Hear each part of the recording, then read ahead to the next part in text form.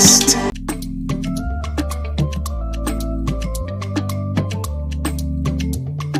The man went out to bring in thugs to come and beat her. Yeah. In a situation like that, do you think women would have seen that and still want to speak?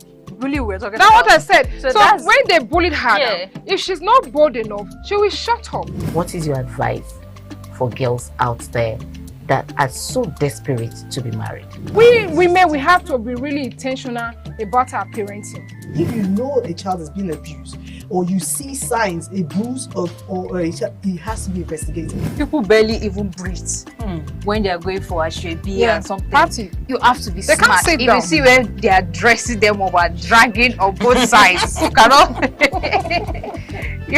breathe. And these women will stay in those events for hours just to keep up with that beauty trend. Is that healthy? That's not healthy. I am Patricia Uremu Gabriels and we're reaching you live from our Lagos Network studio. Of course, Women in Conversation is a program designed for women to discuss about themselves.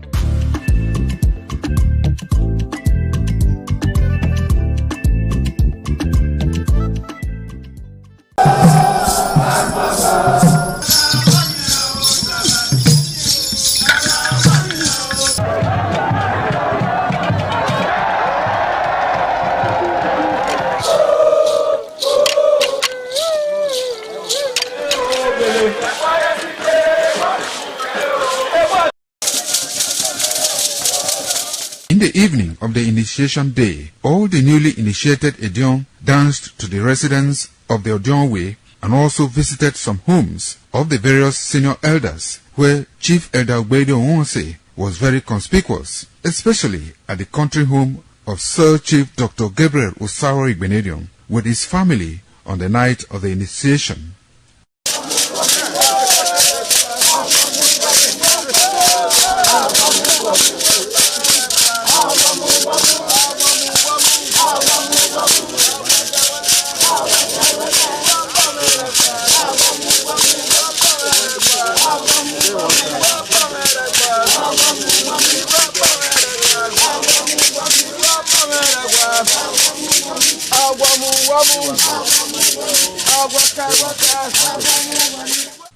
On the following morning, as part of the rite to be performed by the newly initiated Edion in Okada town, the initiates, led by Chief Elder Ogbede Onwonse, visited the Esama of Benin, Sir Chief Dr. Gabriel Osawo Igbenedion, at his Okada country home residence to pay homage and appreciate him for all he has done in the development of the community, which has placed Okada in world map. They also thanked him for his role in the success of their ceremony. They commended the Esama of Benin as a custodian of Benin cultural heritage and for revitalizing the age-long tradition of the age-grade ceremony.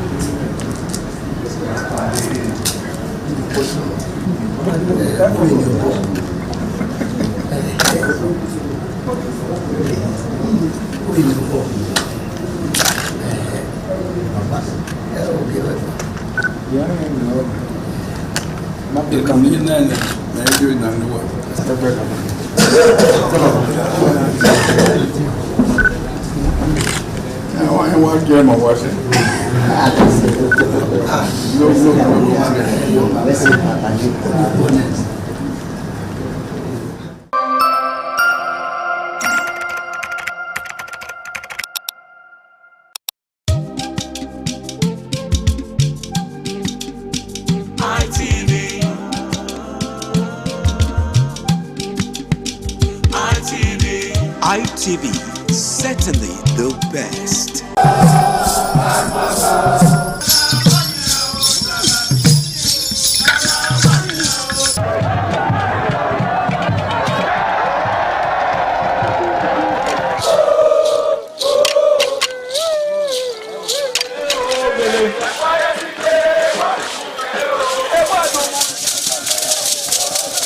The Ekoko masquerades from Ute village, whose cult is connected with Obaeware and his mother, Elere, appear on this occasion to bless the Oba.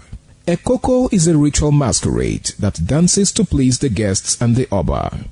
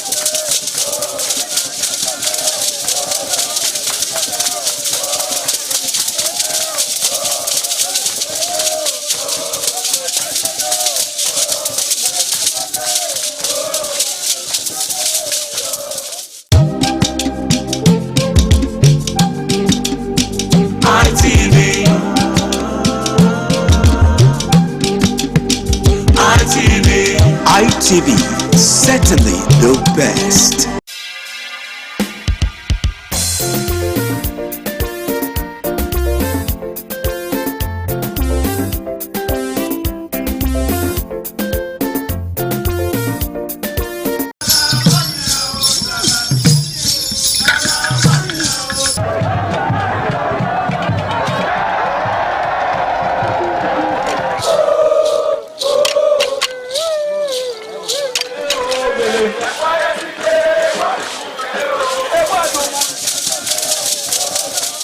Some days, there comes the Ugemobo Festival, which the Oba celebrates outside the palace gate. A pavilion is built of red cloth where rites are performed to drive away all evil spirits still unsatisfied by the year's sacrifices. The Emobo Festival is to commemorate an event in Benin history which dates back to 1504 AD.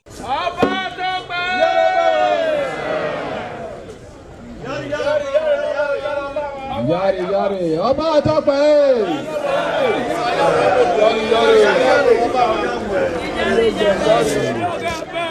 Yari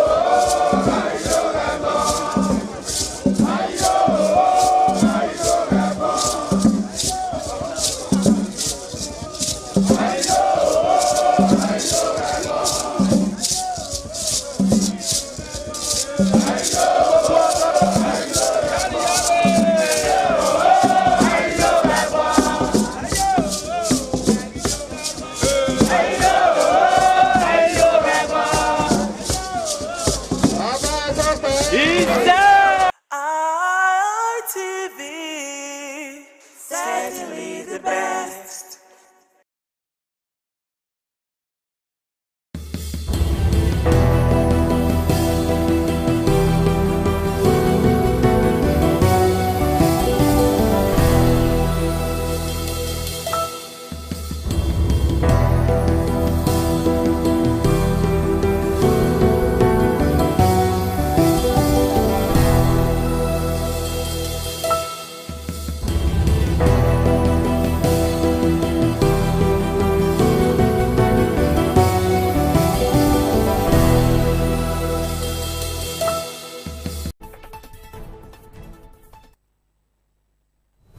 It's a beautiful Tuesday morning, the 10th day of the month of February 2026.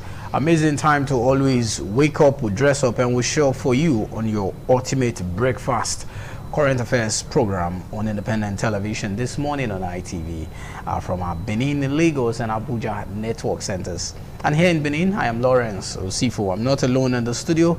I have my guy. So last week I said my guys, I no debunked saying she is not a male, that she is female. So I have my guy, Harry. Good morning and good to have you. Good morning, Lawrence. So I can use my guy. Yeah, of course, always have been and always will be. We always be for a very long while. But let's not talk about the story of how we've been coming for a very long time. So it's a very long story, you know. How you doing? It's been a while. Good. I mean, it's good to be awake. It's good to be alive. Yeah. Of course, it's good to be here.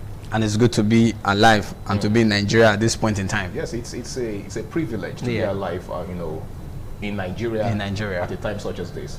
You know, so if you wake up as a Nigerian, you're healthy. Where a lot of things happen, electoral, transmission of results. And you're not dead or in the hospital. Yeah, you're not in the hospital. Then you should count yourself. Especially that part. You're not in the hospital. Count yourself privileged. Yeah, count yourself privileged, absolutely, because Nigeria is a very sweet place to live in. It is. A sweet place to stay, a sweet place to explore. We have so much for you on the show this morning from our three network centers, Benin, Lagos, Abuja. And here in Benin, our focus will be on youth in politics. We'll be looking at the role of godfatherism or the politics of godfatherism. But let me take you to the Center of Excellence and the Center of Unity. Let's speak with those that are there. Patricia, ladies first. That's what I would do. Let me leave Abuja out. Let me do the ladies first thing. Patricia, how are you? Good to see you this beautiful Tuesday morning. How's Lagos and how are you generally? Let's talk. Good morning, Lawrence. It's good to see you. You look handsome as always. Lagos is cool. You know, we are just here in Lagos looking at the 2027. That's what everybody's talking about. Politics everywhere. You know, decisions not being made rightly according to the people on the streets of Lagos. But our politicians think they are making the right decisions. Anyway, here in Lagos, we're going to be looking at what is at stake for 2027 elections as political parties hit 20. INEC clears 2 more political parties. Having so much political parties, is that what we need at this time? But I mean, those political parties are not known. We don't even know their names most times. People ask, is it not just APC and PDP and now ADC trying to, bring up their names here in Nigeria? But like INEC said, they have 20 political parties. Will these 20 political parties help to battle the fact that everybody is defecting to APC? Or we're just having the 20 political parties for namesake and, they're not functioning? That's what we're going to be looking at from here in Lagos. And we have the National Publicity Secretary of NNPP, who is going to be coming to talk to us about all this later on in the program. Lawrence? Amazing one, Patricia. Good one coming from the Center of Excellence. As always, we always expect excellent discussion from the Center of Excellence. Let's move to the Center of Unity, where the State House correspondent is seated. Ikaru Wata. Let's hear from you, Ikaru. How are you and how is Abuja? What's happening? There's supposedly there should be an emergency Senate session this morning. Definitely you have all those information to give to us. Ikaru, good morning and good to see you. Yes, a very wonderful morning, Lawrence, my guy, and Patricia, my guy. I think Lawrence, you coined that now, and sometimes it fits very well in the morning when you hear Lawrence, my guy. And the way these kids are calling everybody guy these days, then a lady like Patricia, beautifully addressed, nicely looking, can also go for my guy. And even when I know Lapo Steven is around, Lawrence also call her my guy. So everybody is now a guy. Maybe when I get to the villa today, I will call a minister my guy, and I shake hands with the like Professor Keyamu and others who love discussing with the media. When you come, I'll tell them, Barrister my guy, and I'll see how it sits and all of that. I think a nice one this morning. We'll be looking at the issue of transmission of results, the Electoral Act Amendment Bill. Like what you said, Lawrence, the Senate will be sitting this morning, and I can tell you very clearly that independent television crew, particularly the Senate correspondent, Charity Tanko, is already on her way there. We expect very tight security, although we will not be expecting protests this morning, but we expect tight security. And there is also talk of the voting process, whether it will be open or released to the public. Let's know who vote for the transmission of results real time, or those who want to hide to actually look at their own political interests above national interests. Yesterday, you saw Peter Obi on the streets of Abuja marching to the National Assembly, and they all gave their own position that the Senate must ensure that results are transmitted on real time. They must put that in the amendment bill that will be assented to by the president should he choose to assent, because I know this National Assembly cannot override the president. So we watch all the drama play out. But to some extent, Lawrence, let's be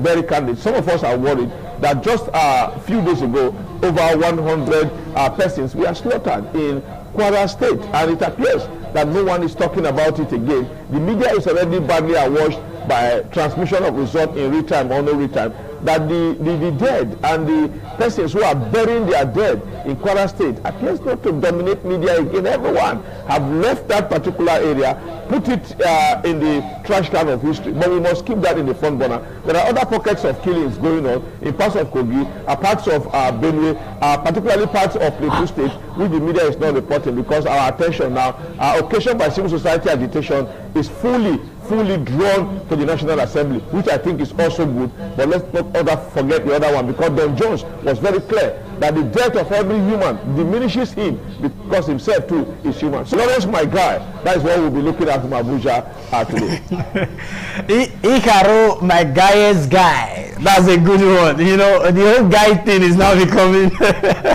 Let's work with the guy thing. Thank you very much, Ikaro. Thank you so much for that update. We're pretty sure our National Assembly Senate correspondent Charity Tanko, like you said, and the crew will be there. We hope security will be tight at the National Assembly complex, because I know how that place can actually be most of the times. I've visited there. I know how that place can be.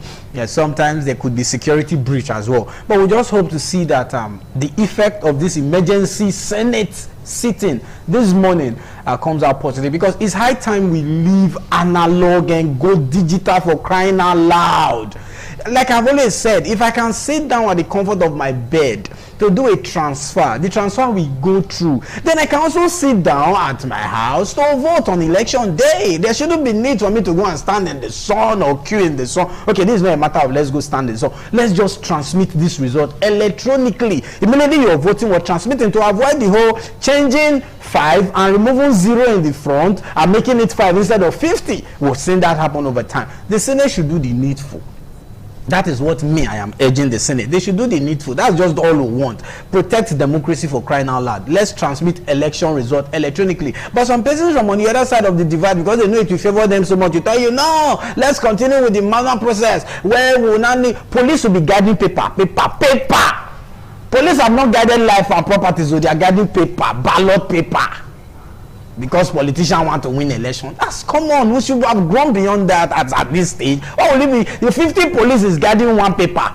Meanwhile, 1,000 citizens, no police. They are slaughtering people in Kwara, like you said. Nobody is even talking about that. There's one thing about Nigeria, Ikaro. Once something happens, something will always come again to cover up that thing that has happened. We now leave the one that happened before and start talking about the new one. It's not supposed to be. We should be talking about, okay, imagine the people now who lost their relatives in this process. They should be talking about electronic transmission, Harry. They wouldn't be doing that. They can't be talking about electronic transmission of result. We should just do the needful. We should do the needful. That's just what I just want from the Senate. Let it be written in gold that under Akpabio, just the way we wrote it in gold, that under late Muhammadu Buhari, we signed the Petroleum Industry Act into law, it become an act. Let Akpabio also do something like that. Oh, during my time as the Senate President, we agreed for electronically transmission of results. If you win, you win. If you lose, you lose. You go to your house and sleep. Politics is not a profession. Lawrence, if I might After all, we've seen our former minister and former two-time governor, what's his name, Babatunde Fashola. He has gone back to court. He has a job. He's a lawyer. He has gone back to full-time practice. He has left politics.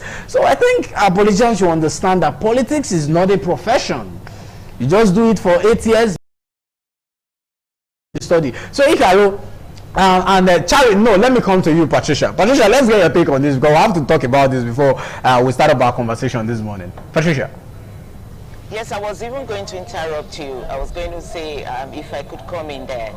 Okay, now the Senate President says he has a reason for wanting not to, sign that act. He says 9 states in Nigeria do not have internet, that it obstructs the transmission like we want, so that is his reason, that 9 states in the country do not have internet, and so he doesn't want it to be like, oh, these states did not transmit their results because they do not have in. But like I had my guest yesterday and we're talking about it, and I said, can't we have a special arrangement for those states that do not have internet? And for crying out loud, this is 2026. Why would 9 states in Nigeria do not have a working internet in their states? It's not acceptable at this age and time in this country in 2026. So, but that is his excuse that he's giving, that he do not want other states to have a transmission and other 9 states do not have the transmission. But anyways, like I asked my guest yesterday, and he said that could be possible if properly arranged. But then again, he was also saying other states who could come up to say, oh, we had hitch up in our transmission because of the network challenges, and so this and that and that, and you know all that's going to court again. That's what's trying to, but that's what's them here protesting that they wanted to be transmitted electronically. So let's hope and see what the Senate decision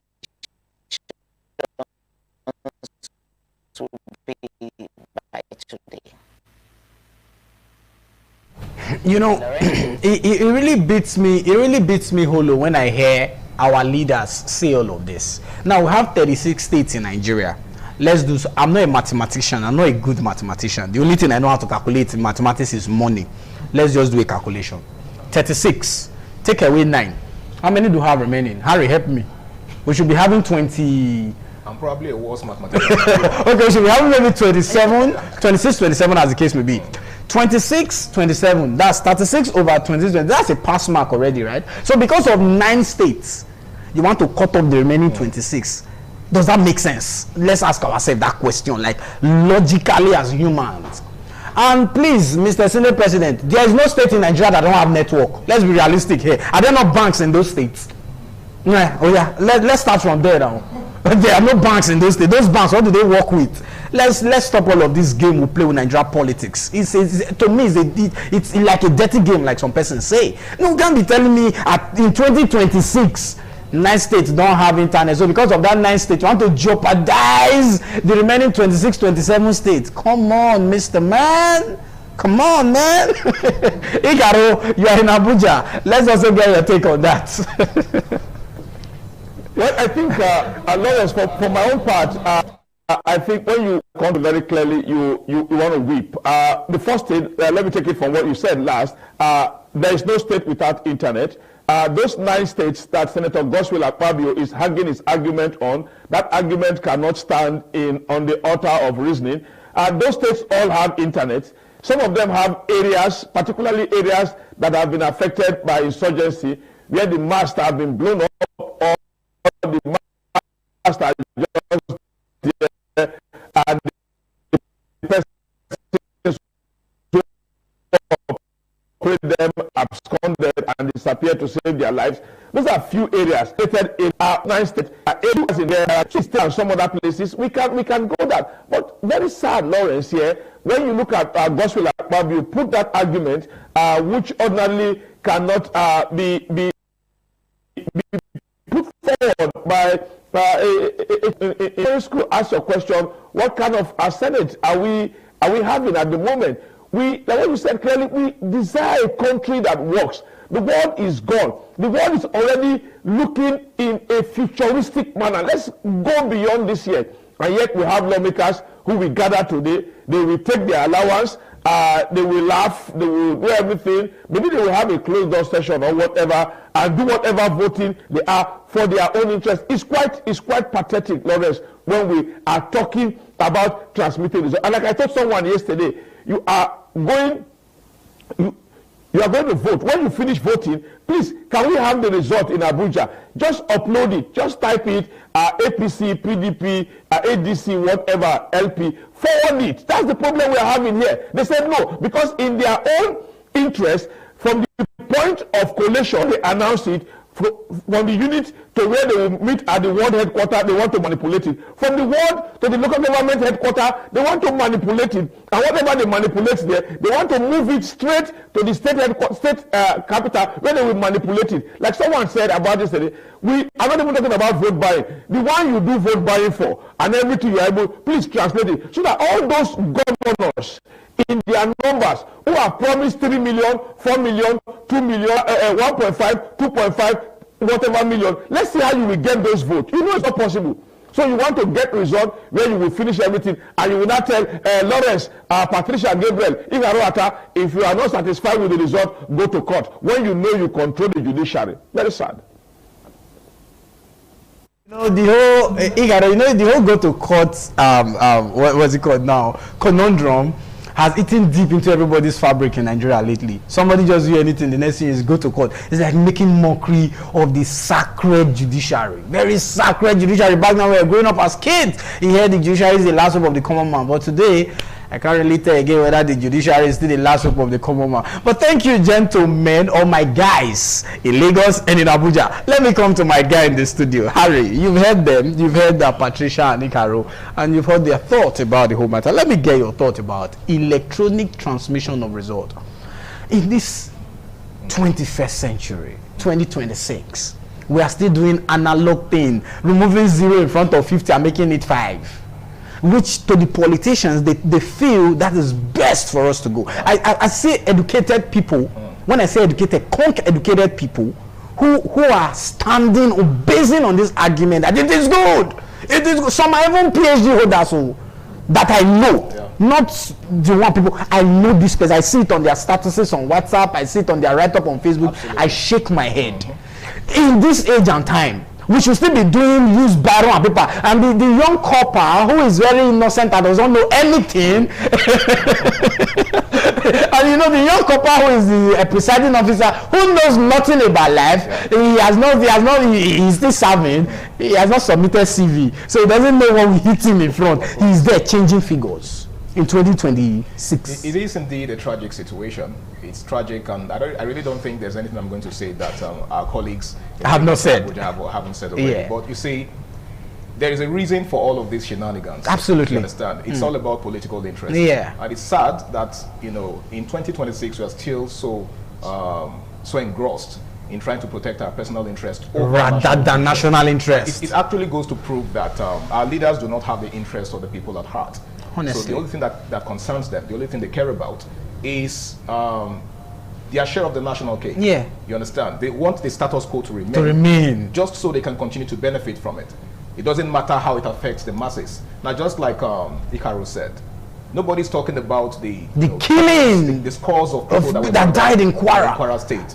We are more concerned about electronic transmission of results. It shows. It actually shows how human life no longer matters. I mean, how much human life has lost its value in Nigeria. Absolutely. Like, we place zero premium on human lives in Nigeria, and this calls for serious worry. Absolutely. You know, because the election is fast approaching. Election is 1 year. This is February. So in the next 12 months, we are still engrossed in this debate as to whether to, electronically transmit results.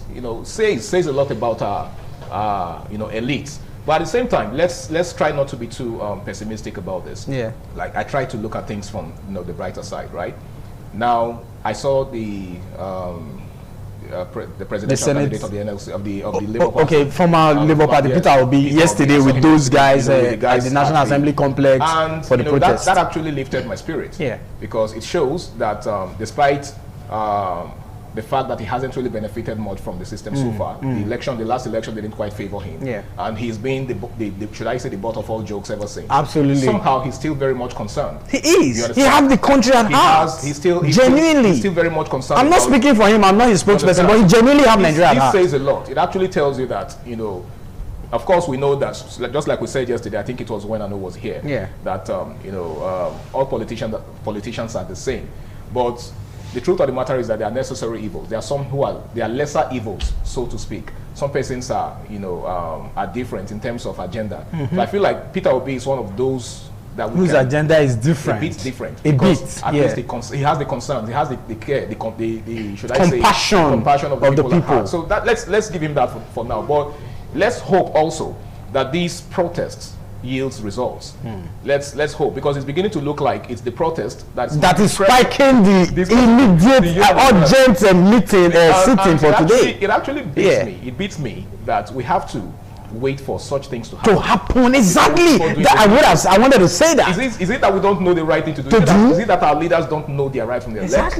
Or they just try to sweep some things under the rug and hope that it doesn't, see the light of day. Yeah. And then when the pressure is mounted on them, they now feel the need to act. It's really unfortunate. I was telling myself yesterday, I said, if we go electronically, I can bet you, we have 469 members in the National Assembly, reps and Senate together. Absolutely. Half of them will not return. That's exactly I'm why telling you, I can resisting beat it. my hand on my chest to tell you that half of them, they will return. Because it is through this manual process that the whole, like Ikaru said, from voting unit to collation to center, from collation center to local government, from local government. You know, those are where the changing, removing 0 in front of 50. That's you know, leaving it at 5. That's the reason they're so bent on maintaining. Let's maintain the status quo. Because they know too well that this isn't going to favor them in any way. They know. Bad. You understand? So that's exactly why you see them, you know, fighting back. This is bad. This is corruption fighting back. Big time, big time. Indeed, corruption fighting back. But we look forward to seeing what happened on the floor of the National Assembly today, because this emergency, what is it called, Senate, you know, sitting today, they weren't supposed to sit today, to be honest. But I think after the whole spike of the protest yesterday, the National Assembly was so hot. In fact, Abuja was hot. Yes. I saw it. I saw videos of it. Abuja was one of my guests. Hopefully, when he joins us on the show this morning, is in Abuja, part of the whole issue. But we look forward to seeing what happens after today's emergency session at the Senate. We'll take a break to look at what the papers are saying this morning before we delve into our conversation. Stay with us. It's the TMI on the ITV network.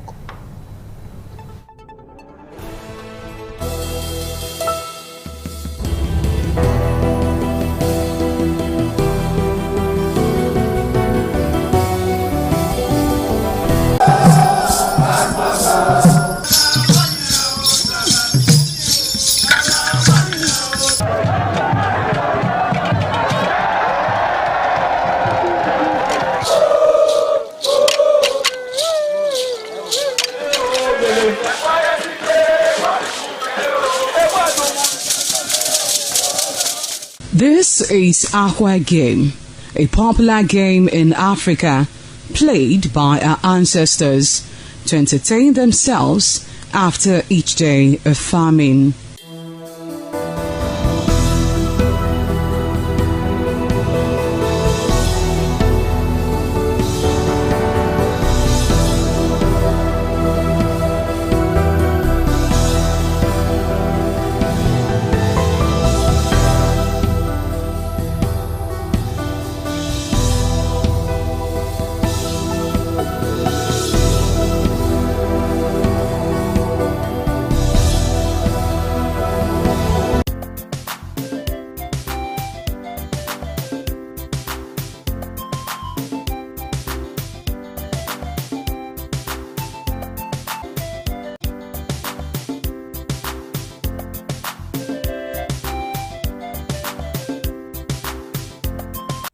All right, thank you so much for staying with us. Let's now flip through the pages of the paper to see what the papers are saying. This morning, we begin with the Daily Sun.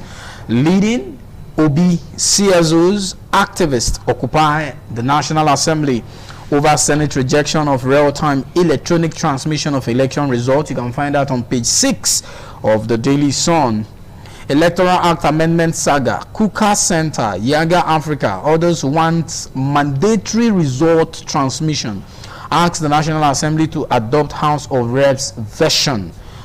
Kwara Massacre, Tinubu vows to end insecurity, pledges to fight terrorism with determination. CBN, NCC to crack down on banks, telcos over airtime failures. Editors urge NANS to adopt mandatory and immediate electronic transmission of election result. Nigerians will continue borrowing to find 25.91 trillion to fund 29.91 trillion budget deficit. Who is saying this again? The same Senate. All right, let's look at what the next paper is saying.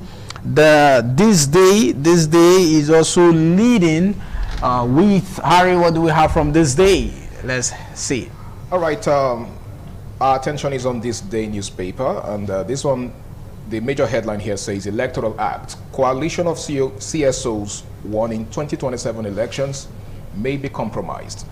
Electoral Act, coalition of CSOs won that 2027 elections may be compromised. Now that's really worrisome, and I really don't know the factors that may have caused them to reach that conclusion. But if we're already beginning to see doom from this moment, then it actually calls for serious worry. All right, the writer there says, appeal to National Assembly to adopt real-time transmission of results. Pass bill in 2 weeks. Just what we were talking about a moment ago. And then Obi joins protesters at federal legislature. Agbakoba rather, backs call for real-time electronic transmission of results in 2027 polls. Okay, and the final rider on that one says NGE, Huriwa, other groups want Senate. Okay, I think that will be found on page 8. All right, still on this day newspaper, Tinubu, terrorism giving Nigerians sleepless nights will overcome them all.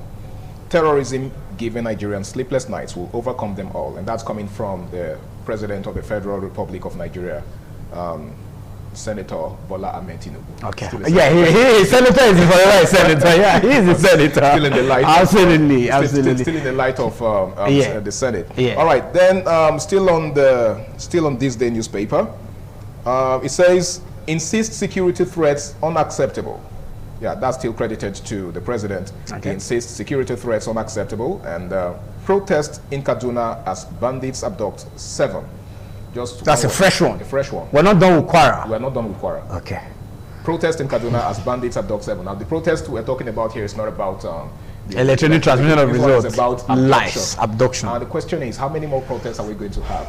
Before we say we've had enough. It beats me, Hulu, when one of my lecturers was saying something yesterday in class. It was like, why is it that we are always reactive than proactive? Than being proactive. The lecturer was asking the students in class, you should know better than us. You shouldn't be asking us that question. You're in a better position. You're in a better position to know. You are a PhD holder. I'm still trying to grab him for masters. And it's actually a fact, because it seems like we always wait for the worst to happen before we strike. Yeah, it's unfortunate. Now, like I said, police will protect paper. That's ballot paper. If you see the ginger these guys using protecting ballot paper, if they put that ginger in protecting you and I, there'll be no crime in the society. Let's be honest. Yes, we are deficit with manpower. Yeah. I agree. But let's manage the manpower we have to protect first lives. And it did not say property and life, so because this person that is alive that we have property. That's what the Constitution says. So it is life that comes first before you can be alive without having a property. Nobody will kill you. But if you are not alive, you cannot have a property. So why can't we channel this energy? There's what they call it in the military and paramilitary. Use it to protect life. It's after the thing has happened. They've deployed 20,000 troops to. They deployed those 50,000 troops. Where were they before the thing happened? Where were they? Like I've said a couple of times before. Where were they? It's the fact that the government lacks the willpower. No, they don't. They don't just want to. That's the willpower. Okay. That's the willpower that they lack. They don't want to do it. Yeah. Do you understand? Because it begins with wanting to effect a change. Absolutely. But the real issue here is that they really don't care, which underscores what I said. Have you seen a convoy of a governor? Well, that's a governor. Have you seen the governor's convoy? And this is actually very funny, because in the West it's a different ballgame entirely. Like, you see someone as highly placed as a senator, or maybe a mayor. Okay, did I just mention governor? No, that's too high. Local government chairman. No, I was going for local. I said governor, not governor. Local government chairman. These perks. Yeah. A lot of public office holders, or should I say aspiring public office holders. Yeah, these are the things they see. That's the reason they are so bent on getting to that, because they know very well that it's so attractive. I'm telling you. Until we begin to make governance, or should I say political positions less attractive. And we won't do that. Our senators are not ready to do that, because the truth is, those people are the ones benefiting from it. Like, you're using the road that is owned by us, taxpayers' money is used. But you understand? Then a governor is coming, you block every other person until convoy of, in most cases, if it's too small, 20 vehicles pass. I would be stranded. I would be stranded. Even I experienced one. This was a person I experienced. The person was sick. An ambulance was taking the person to just UBTH, somewhere around the Uselu Market axis. The ambulance was coming. A convoy was coming at the back, not governor, maybe one big politician. They stop an ambulance carrying someone who is in between life and death. Who is supposed to get priority first? Of course, the person. The ambulance, right? The ambulance was stopped. Too bad. ambulance was carrying someone in between life and death to a hospital facility. Another proof that we really don't place premium on lives in this country. Absolutely, you said that. You said that because it's all about the interest of the elites. Of the elites. And that's why protests of this nature are necessary. Very. Even though in this part of the world, protest. You understand? You know, they've become more or less like should I say a charade? A charade, indeed. It doesn't quite seem to send the message you're supposed to. You understand? But let's hope that with time. Let's be hopeful. Let's take one or two more papers before we take a break to continue conversation. Okay, yeah, this one is coming from the Nation newspaper, and the major headline here is saying that Tinubu will defeat this unacceptable terrorism and banditry. Tinubu, we will defeat this unacceptable terrorism and banditry, and that's the major headline on the Nation newspaper. And the writer there is saying that states, councils to play big role in Renewed Hope National Development Plan 2026 to 2030. That's still on the Nation newspaper.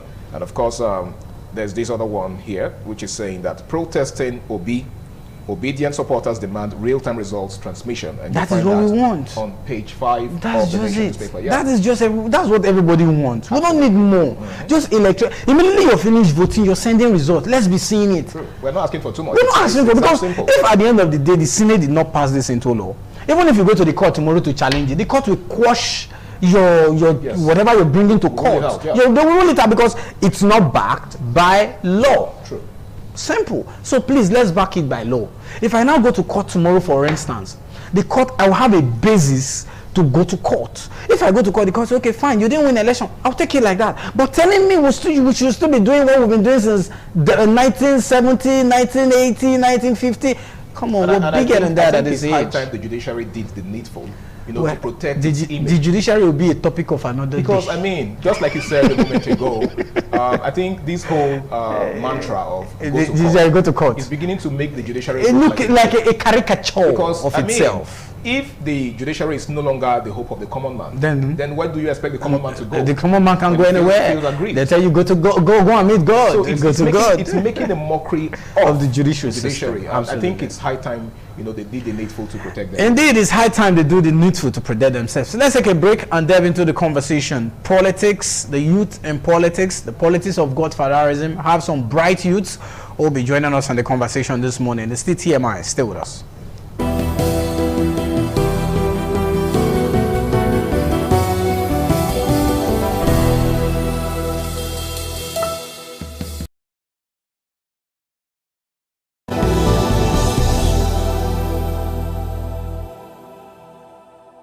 It is also relevant in our coronation in Africa. It is a sport and indeed very interesting, as every seed had a role in the game.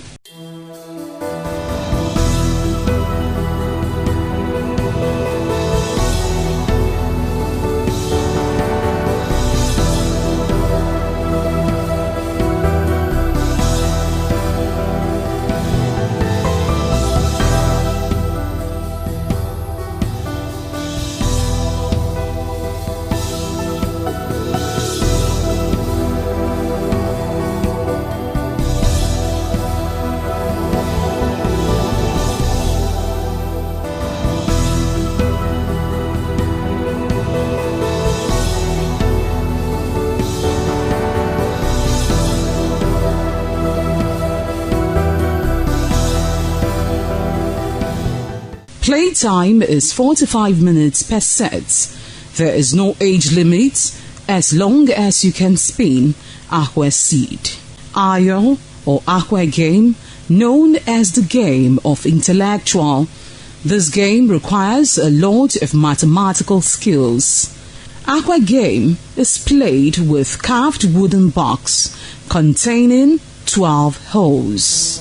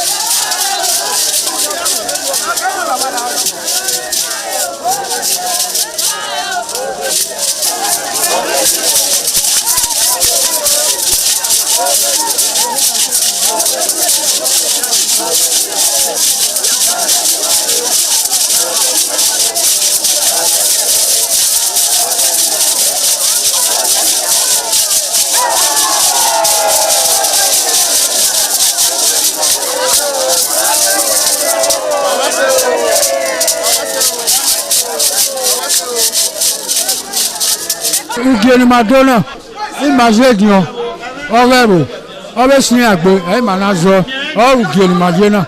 You will have to serve the community for 30 years before you come to this stage. They will update you of your title. Then by then you are one of the elder. This year now, we don't read the year, so that's why we can do this year. Historically, joining the Elders Council, an individual must have reached a certain age and must have made significant contributions to the community through leadership, service, or other meaningful ways. There was jubilation in the community as sons and daughters of Okada, both at home and in the diaspora, trooped out to be part of the ceremony with various hymns of the initiates.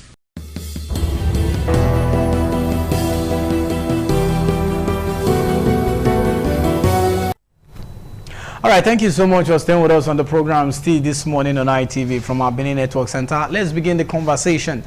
Over the years, we've heard that the youth questions, where it's really the place of the youth or the children in the day-to-day politics in Nigeria, where we have elders, old men, septuagenarian, nonagenarian, in some cases octogenarians, are sitting in the helm of affairs. But the place of the youths will be what we'll be looking at this morning on the conversation. Where does the youth fall into politics? The role or the politics of godfatherism, which we've seen over the years in Nigeria. For you to be relevant in politics, you have to have a godfather who will godfather you in politics. Godfatherism, how well does it go to play a crucial role in Nigeria's politics and our nonsense democracy? Let's speak with a youth who is holding a position in the executive. He is the senior special assistant to the Edo State Governor on special duties, a young mind who is also a youth. Let him talk to us on the show this morning. Alex Uriesi joins us virtually on the show. Alex, good morning, and it's good to have you.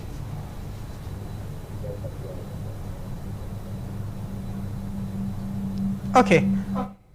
When you hear of youths in politics, it looks as if the youth are not carried along in Nigeria's helm of politics. So the only thing that comes to mind when you hear youth is either they are using them for thuggery, to steal ballot boxes. Maybe that's one of the reasons why we don't want to pass electronic transmission of results, so that the youth will continue to be relevant in that aspect. But give us a brief of the youth in Nigeria politics. What do you think the youth's effect has been in Nigeria's nonsense democracy and politics over the years? Thank you very much. Very active, and the youth are in politics right now. Unlike before, where what you have just described was the norm, where you have our elderly people and our fathers and our great-great-grandfathers in politics. I think that narrative has changed. That narrative has changed because the youths are in charge now. The youths are very hungry to change what we have in Nigeria because the youths are well exposed now. We now have devices and phones and tablets and internet that has exposed the youth to what is out there in the normal world. The youths are hungry for a well-developed environment, just like they see on TV and they see on their phone. You know, there's nothing you have in the US and outside the world that I don't think we don't have in Nigeria. And this is what the youth want to see. And because they want to see it, they started putting themselves in politics. Back then, politics was a old man, daddy kind of thing. Just like I've always described, with Agbada and all of that. But all that has changed. If you look at the politics of today, in all its atmosphere, you find youth. Because even the electronic, you find youth everywhere, and the youth are the ones who are technologically savvy, which means the youth are very present. I think one of the things the older people are scared of is that the force at which the youth are using to come or are using to take over today, because the youth are not going to sit down at the back anymore. Even with them sitting at the back already shouting to the front, they can't see well. They can't hear very clearly. So the youth are very vibrant and are very alive.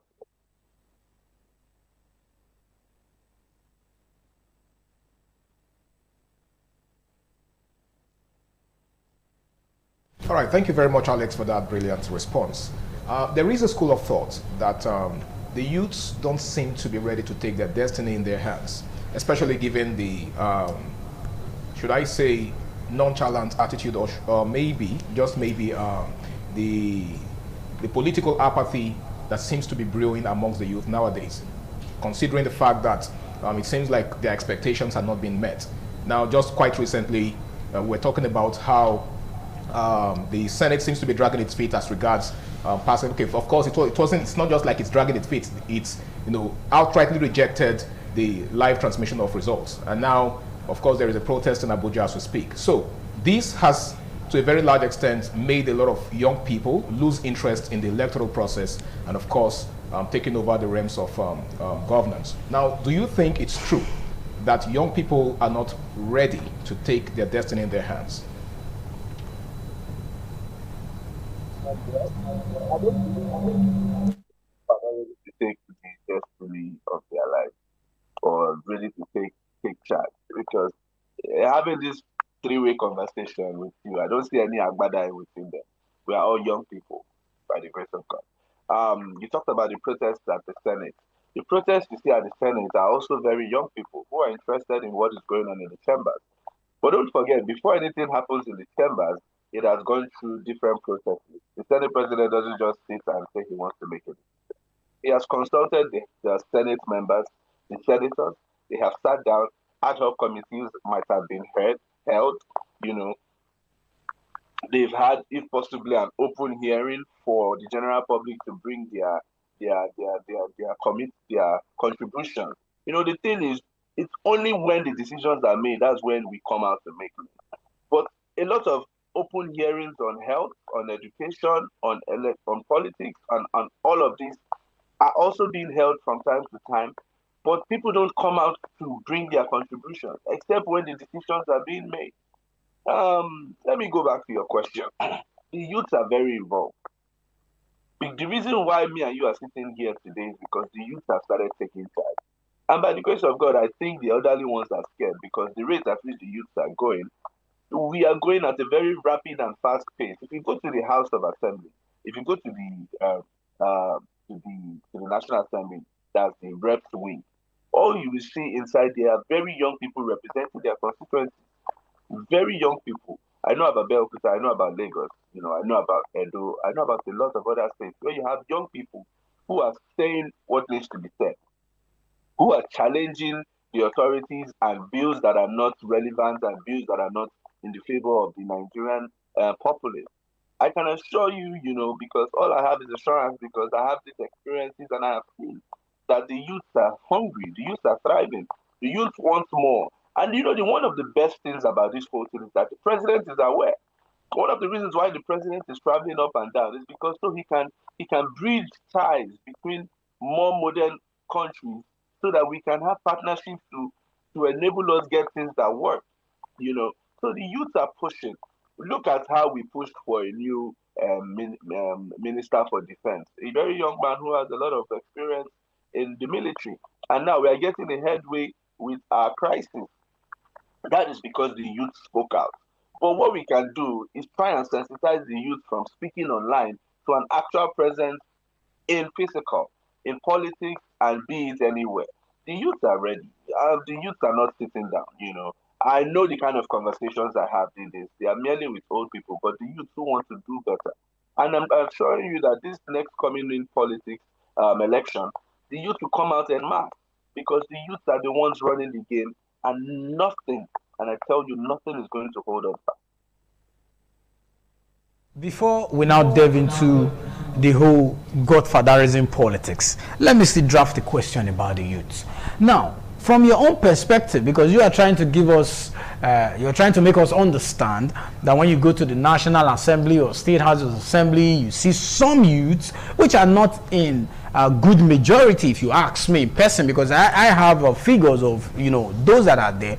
The people we see are those above the age of 65, 70, probably they just want to retire in politics and all that. But let's assume the youths are there. Let's look at the common youths on the streets. Someone who don't have up to 500K in his account. You want to buy a nomination form. You are hearing 25 million. You are hearing 30 million for you to run for either House of Assembly, or we're not even talking about Senate now. Let's not go there, because Senate seems to be for the big boys, and you have to be in the league of the big boys for you to go to the Senate. Let's say House of Assembly, local government legislative arm, councillorship. Someone who is struggling to get little money, so you are selling nomination form for as high as say 5 million, 10 million. Where does that youth like myself, I may not say yourself, I'm talking about myself and my co-anchor here, where do we get the money from? Such money to buy to buy such nomination form for you to belong? Because you've also made mention of the youth are the ones at the National Assembly protesting. We agree, but those are the youth that feel our life or our future is being mortgaged. So talking about the process, the money involved, don't you think the youth have been shut out because it's for the big boys?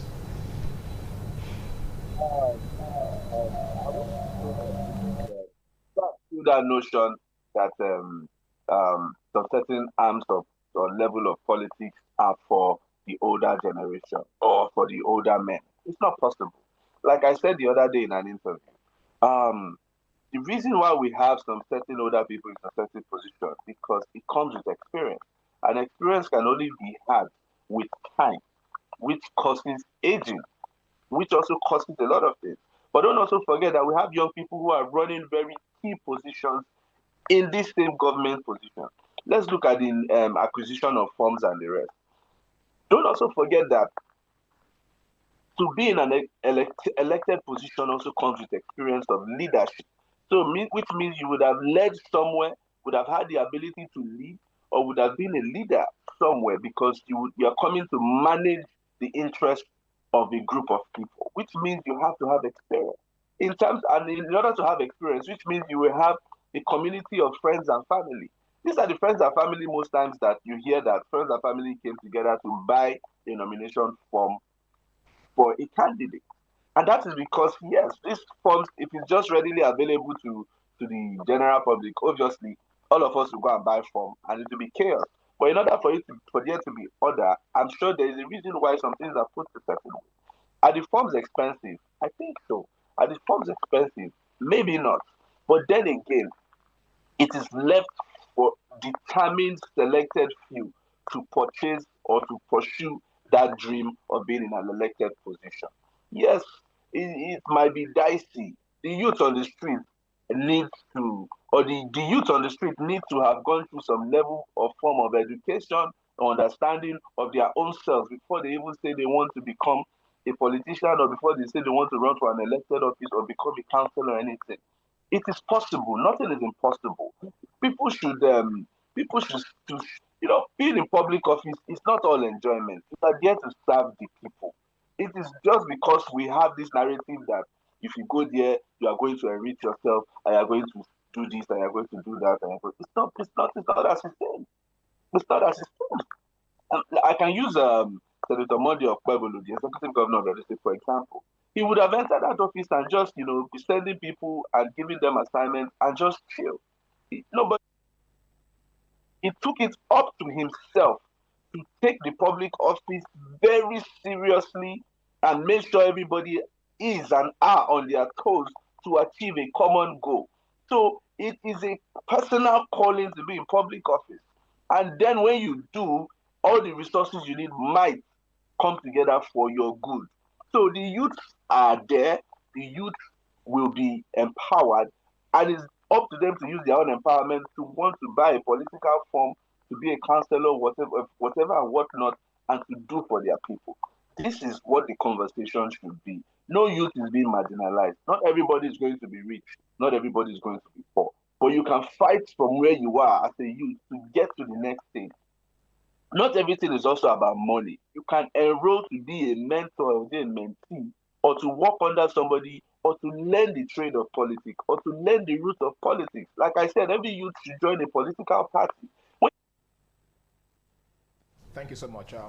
I do understand that you said that not everything is about money, but one thing we can't rule out is the importance of money in our everyday activity. I mean, even the Holy Book, acknowledges that money answereth all things. Now, I think that's how we get into the Godfatherism part of this conversation. godfathers exist for the purpose of funding the political ambition of their godsons or goddaughters, as the case may be.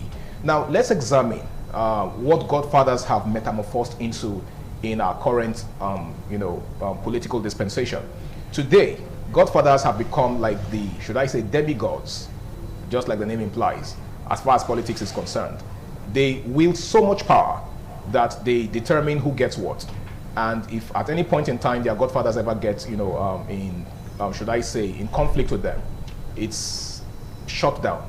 We know what that means. So the question I would like to ask right now is it realistic for us to subtract godfathers from our political equation as a nation?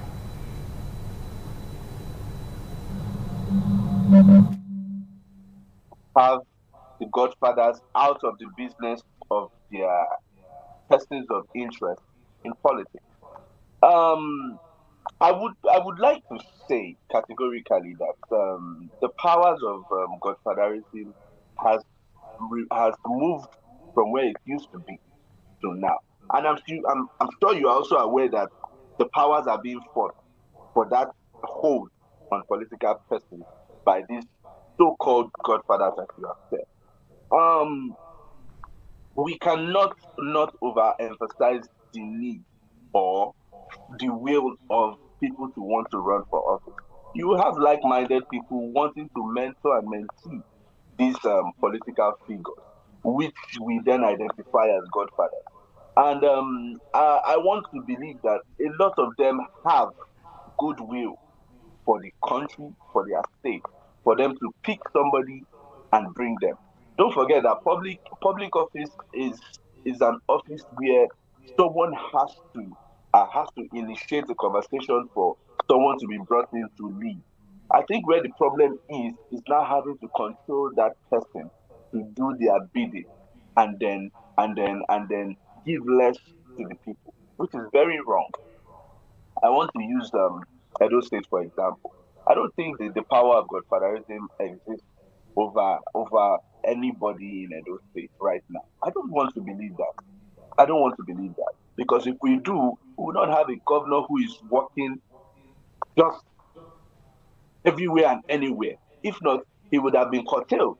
He would have been curtailed and told, no, don't do this. Let's use this money for this. But no. So that power now does not reside in Edo State.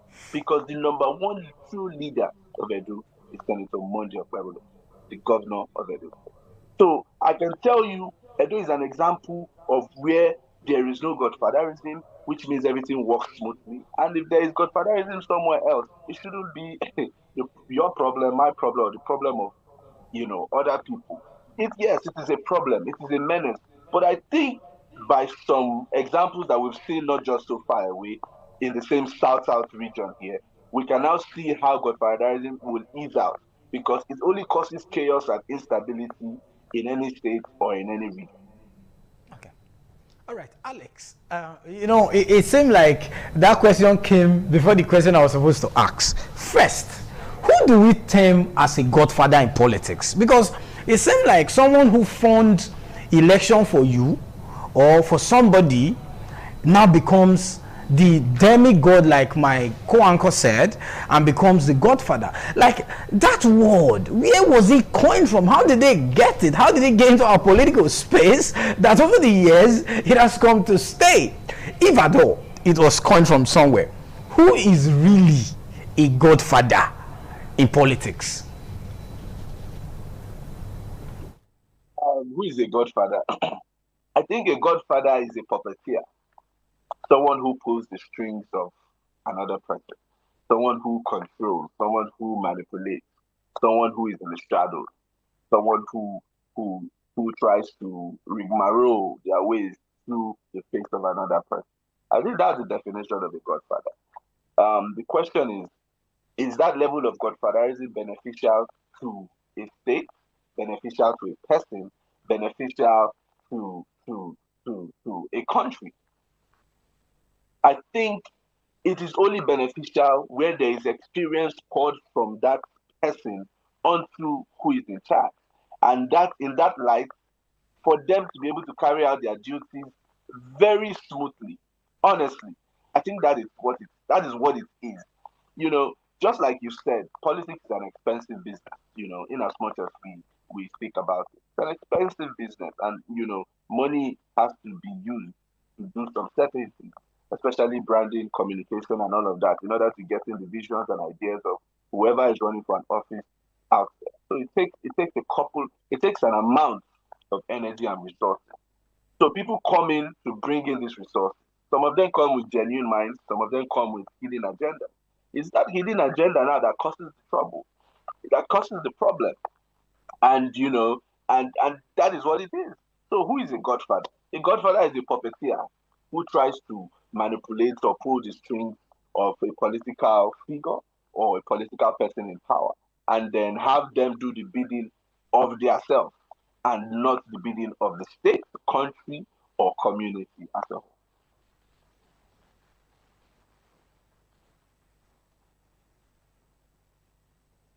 Godfather is more or less a puppeteer, someone who pulls the strings. But does a godfather need to or have to be a puppeteer? Can't a godfather just be someone who, you know, is interested in the common good and decides to, you know, fund that good through someone that you would call a puppet, but that person isn't without any benefit? You understand? Like, can't I just decide to sponsor someone who I believe is capable of delivering on the dividends of democracy, and then decide to just, you know, back off and let the person do their thing? Do I have to be a puppeteer to that person? To be controlling? So let me tell you something. I think one of the good examples of this whole thing that we are saying and that you are saying is that it's supposed to be a good thing, you know. Like we all know, His Excellency Senator Monday Okpebholo is the first son to the President of the Federal Republic of Nigeria, in which the our president, the one and only strong, healthy, vibrant president, he gives Edo State a lot of leverage for us to grow. The governor has always said that the president has given us so much for us to expand our coast, and that is of a goodwill. That is of goodwill. You know, I don't know if we're going to classify it into good godfatherism and bad godfatherism, because the one we are getting is actually good godfatherism. I can say I'm the first son of Senator Monday Okpebholo because he's a good godfather to me, and he's directing me well. He's teaching me the best things to do. You know what Senator Monday Okpebholo is doing? He's showing everybody in Edo State that there is a master plan that can be followed, and if we do it right, Edo will develop to what it's supposed to be. And the Benin Empire is one of the foremost empires in the world, not just in Africa. So the level of development we are supposed to have had is what we see in the European countries. But that is what Senator Monday Okpebholo has begun in his administration. And this is because of the goodwill of the president and good gestures towards Edo State. Most of the projects His Excellency is doing is because of the goodwill of the president. And this is what it's supposed to be. You do good and let the person you have done good go and do good for their people. Not you do good and then you hold the person by a string and you try to, you know, turn them to your own advantage. So I think this is what the conversation should be, where we talk about good godfatherism or good help, you know, because what we are calling godfatherism, the word, we have so branded it that it sounds very bad, even by the mere mention of it. But I think it should be a good thing in a good way, you know. His Excellency is breeding good people around him. So what are we going to call him? A good godfather? Of course, you know, because I don't see anybody who has come out to say that His Excellency said they should do otherwise. Instead, everybody is going the right way for the state. So President Tinubu is a good godfather because he's a good man that has brought everybody together. And that is not a bad thing. That is not a bad thing at all. He is traveling from one country to another in order to negotiate good things for our country. And then our youth get very good opportunity in tech, most especially. If you know how many tech experts, youth in Nigeria we have that has been exported from here to other countries, you'll be amazed. You'll be shocked. I think what we should do now is try and create that same environment where they don't have to go out and they remain here. So many things are working. It's not all about money, like we have said. If we can have good partnerships all around, we'll change the word godfatherism to a good word, and not having people come and control people left, right, and center and manipulate them. And then instead of them now fighting for the people, they start even fighting to survive under the strings of a godfather. So I think this is what the conversation should be. We should project it in a good light and see how we can all benefit from good experience. Okay. Alex, if you can hear me, I know for sure you will not speak ill about your principals. So your conversation, you'll be mentioning the president, the governor. Of course, they are your principals. So you wouldn't speak ill about them, even if what they are doing is not right. You always speak good about your principals. But let's begin to wrap up the conversation. What will be you are a young guy, very young, bright young guy in politics, special advisor, you're doing well in your beat. What would be your own advice to the young folks who have listened or watching you right now? Talk about, you don't need a godfather in politics to be relevant and all that. What would be your pattern shot or your statement of facts to them to believe that you have to be in politics not because you need a godfather, but at a point too you might need someone who should tutor you or teach you the skills of politics, the works on what to do. What would be your pattern shot and your advice to the young teaming guys who have the mind to go into politics, but they are financially constrained? Let's be honest. For you to go into politics in Nigeria, you need money, and good money at that. Your pattern shot. Thank you very much. Thank you very much. My passing word on this topic would be for every youth out there who wants to join politics. It's not about money. It's about service.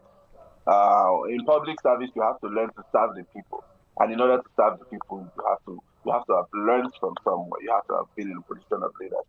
But to be in a position of leadership, you also have to go and learn, which means you have to look for a mentor. And I think the mentor in this whole conversation is the correct word to use instead of godfathers or godfathers. Look for a mentor in your local government, in your ward, in your unit. Look for someone to serve, because service breeds leadership. Service breeds leaders. So look for someone to serve. When you look for someone to serve, you will then be handpicked and placed in positions where you can function. And from there, you're beginning to have an understanding of what you can offer, what you can do for the people itself. So that is my advice to the youth and the young ones out there. Look for where to serve. If it pays you, fine. If it doesn't, learn and get the experience. In a CV, what we look out for in a CV is experience. What we look out for in a CV is experience. And in order to get that, as a young school start, young university chap, you can go and offer your services free of charge. Elections are coming up. A lot of politicians are out there. Look for who to offer your services to and see how you can gain experience or climb up the ladder or aspire to be a counselor or to be in a position of leadership. And then have it in mind that you are coming to serve and give the good people of your constituency, your community, your ward, your unit, your country, your service and your experience to help build that community. All right. Thank you. God bless. Thank you so much, Alex Uriasi. I particularly like your introduction of the word mentor as against godfather. I think that's a better word to use, because the first thing that comes to mind, or that comes to the mind of the average Nigerian when he hears godfather, is someone up there who determines who gets what, and then who can just wake up one morning and decide that you've had enough, and then decide to brush you aside. Well, a very big thank you to you, Alex Uriasi, for engaging us this beautiful morning. It's still TMI on Independent Television. We shall be going on this break. The program continues afterwards. Please stay tuned.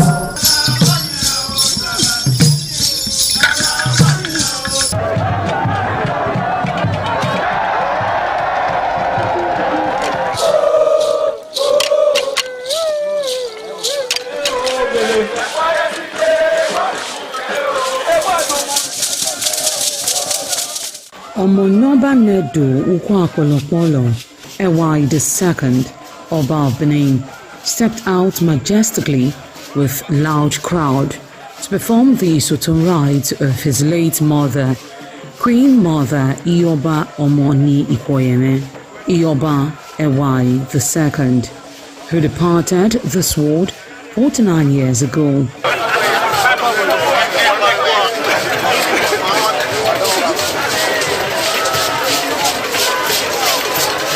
Isoton is a traditional rite of the procession in memory of the departed person's spirit in Benin Kingdom. It is usually heralded by public display of the departed person's influence during their sojourn on earth.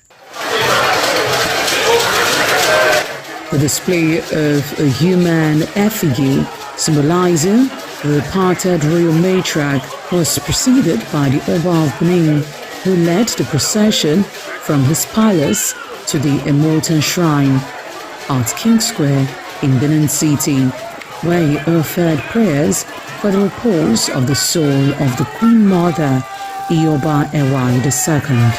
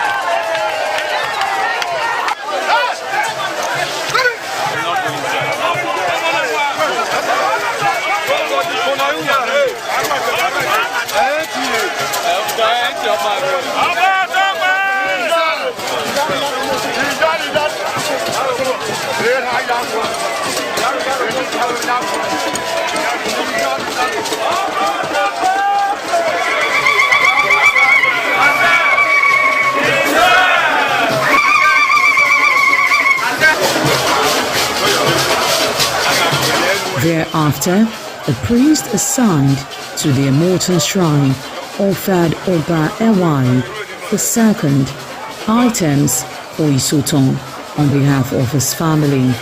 However, chalk, known as Uri, represented a mixture from royal fans after ancestral spirits were invoked to bear witness and announce his arrival. On his way home, Oba Ewai paid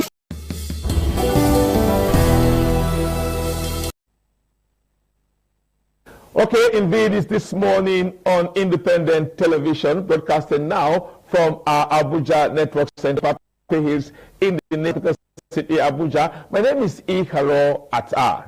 What we're discussing is what is trending on the lips of many, with so much expectation and all eyes this morning on the National Assembly. Precisely, the red chambers, when many will be looking at what Senator Godswill Akpabio and his other lawmakers in that red chamber, the Senate, will be passing today. Will the result be transmitted in written, or will it not be transmitted in written? That's the big question.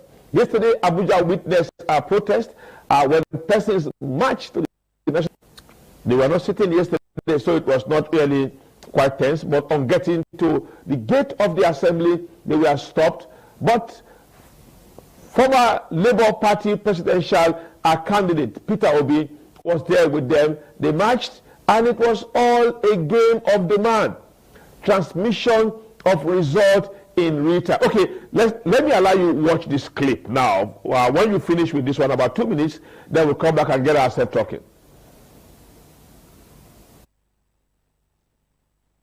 Are you ready to march to the National Assembly?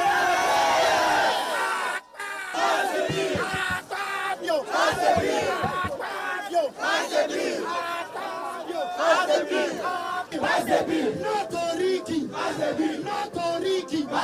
You must pass the bill. Attack your pass bill. Attack your pass bill. Nigeria.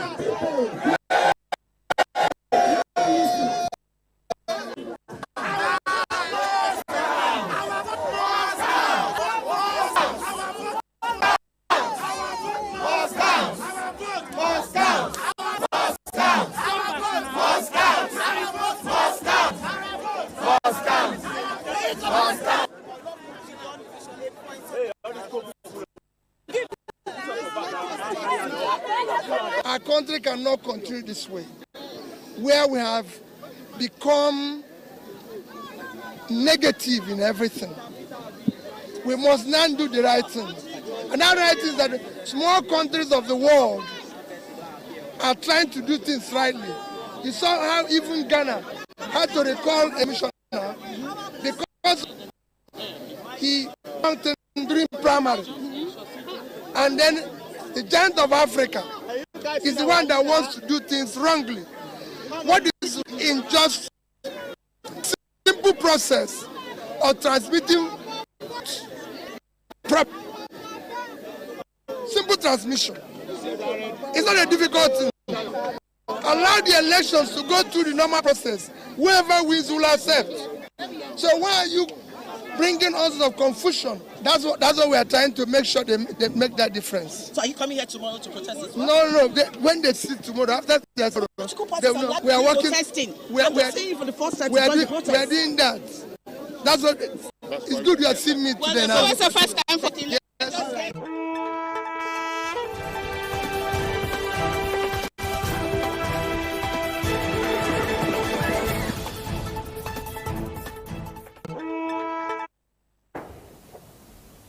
Okay, very much thanks there. That's Mr. Peter Obi. That's what I'm saying, His Excellency, former Anambra State Governor, Mr. Peter Obi. The question here is, are we really set? Must people be on the street to tell the lawmakers what to do? And someone put it this way. It's like a lady with a husband asking the husband onto video call, and the man who is already on a WhatsApp audio call say, no, my phone cannot do video. And she said, no, just press the button, switch to video call, let me see where you are and who you are. And that's the argument Nigeria is having today. Transmit results in real time, and someone is telling you 9 states. It's not true. There are no 9 states without facilities. All this country connected is some yes states. And you leave that conversation that 9 states don't have internet. That's a wrong narrative. All the states of the country and the FCT, they all have internet facilities. So you cannot say it's just 9 states. If our guest is ready on Zoom, Chinedu Obi, National Chairman of the National Rescue Movement. Let's quickly, okay, thank you very much. Mr. Chinedu Obi is there with us. If you can hear me clearly, Mr. Chinedu Obi, the National Rescue Movement, National Chairman, please, we want to quickly get your thoughts on this. We'll also be joining Eke Sam to actually also get his own opinion of this. What is your take on all of this struggle, on what we are going through at the moment? Should we be going through all of this, begging and fighting to transmit results in real time? Mr. Chinedu, what's your take? Well, it's very unfortunate that every day the National Assembly, particularly the Senate, have an opportunity to rediscover itself. It betrays the confidence of Nigerians. All stakeholders across all the meetings held with stakeholders on electoral reform were unanimous that real-time transmission of election results is the way forward. Of course, that was the only snag we had in the last election. If you have followed the electoral process over time, you discover that the last election provided the greatest opportunity. Before the election, the average Nigerian that didn't have any belief in the process had the cause to believe in it, because INEC presented itself as an organization that would be transparent, credible, and went to a large extent to reduce the apathy we used to have. Now, what was the clog? Was the poor transmission, the so-called glitch, that now eroded the confidence of Nigerians. And we found out this would have been an opportunity to reverse that situation and build the confidence of Nigerians. So it's very unfortunate that the Senate refused to take advantage of that. And our appeal is that we now take advantage of the harmonization between the House of Reps and the Senate to repair this damage, so that we can once again build the confidence of Nigerians that the electoral process will be transparent, that our votes will count. I don't think that Senate requires any other persuasion to realize that this is the way forward to deal with the trust deficit that already exists within the system.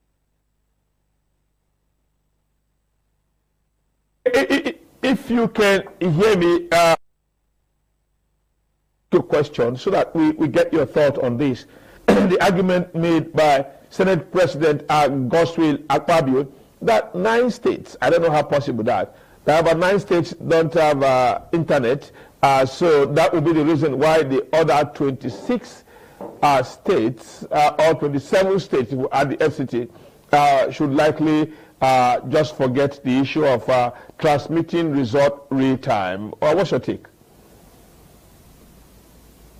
That's a figment of his imagination. I don't think he can back up that with real proof, because there's hardly any part of Nigeria today where you don't have internet access. I should think if that bothers him, having spent the last few years in the Senate, and he wants to give credible election to Nigerians, he should have fixed it. Get the National Communication Commission to ensure that we have real-time access across the country. But I can assure you that the way the system works, if you transmit anything, there are times if you check, you send a document to anyone, it sends. It may not have transmitted, but at least it gives you a picture that it sends. Whenever the network comes, even if there's any sort of fluctuation, it delivers to the source. What we're asking is that at the polling unit, immediately after the result is announced, that is snapped as in the Electoral Act and sent immediately to the IRF, so that even if the sender didn't deliver, within a period, even in the course of transition to the next level, it will deliver. What the Senate President is saying is that he doesn't have the trust that he will win election if he goes for re-election. He's the opportunity where he can manipulate us. But otherwise, that argument does not hold water. That's what Nigerians are asking for. Democracy is about the will of the people, and you are elected to carry out the will of the people, not your own will. I think that statement is self-serving and does not serve the interest of Nigeria. Okay, I thank you. Let's allow hold on with us a little. Mr. Chinedu will be just hold on. Let's get Sam Eke, and let's get his thought of what Sam Eke thinks. Let's get Sam Eke and get his thought on this. A very good morning, Sam. Hello, good morning, viewers. Yeah, very good morning. Now, good morning, viewers. This whole storm about the Electoral Amendment Act, retime or no retime, what's your take?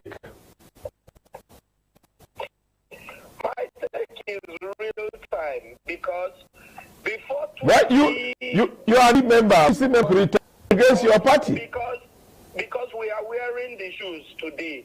But we should remember, before 2015, APC members are all urging the federal government to make sure they support INEC for it that will be seen to be very credible. That was I think, Jonathan.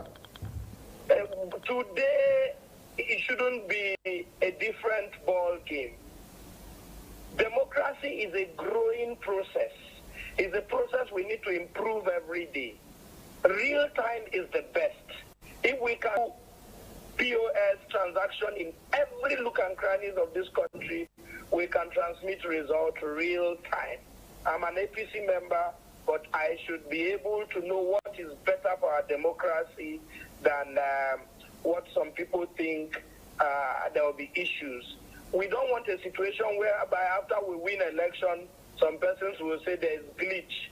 That's why we won. No, we want a process whereby Nigerians Nigerians will totally accept the process. Nigerians will support the process. Nigerians will support the incoming president. If the president will win his re-election, it will be victory for all, and everybody will support the president. Not the way it is today. You will see some persons saying, "Oh, there was glitch. That's why we won." No, we won the election of INEC. People are misinterpreting. But Mr. Eke, you are an APC chieftain. Some of your party members are not talking about this. It's strange you are speaking here. If you watch the rally yesterday, the APC was not visible. Most of its members did not come out. In the National Assembly, it took the opposition party, Enaya Abaribe, Abdul Ningi, to cry out. The party members don't cry out. It appears with the context of the delay.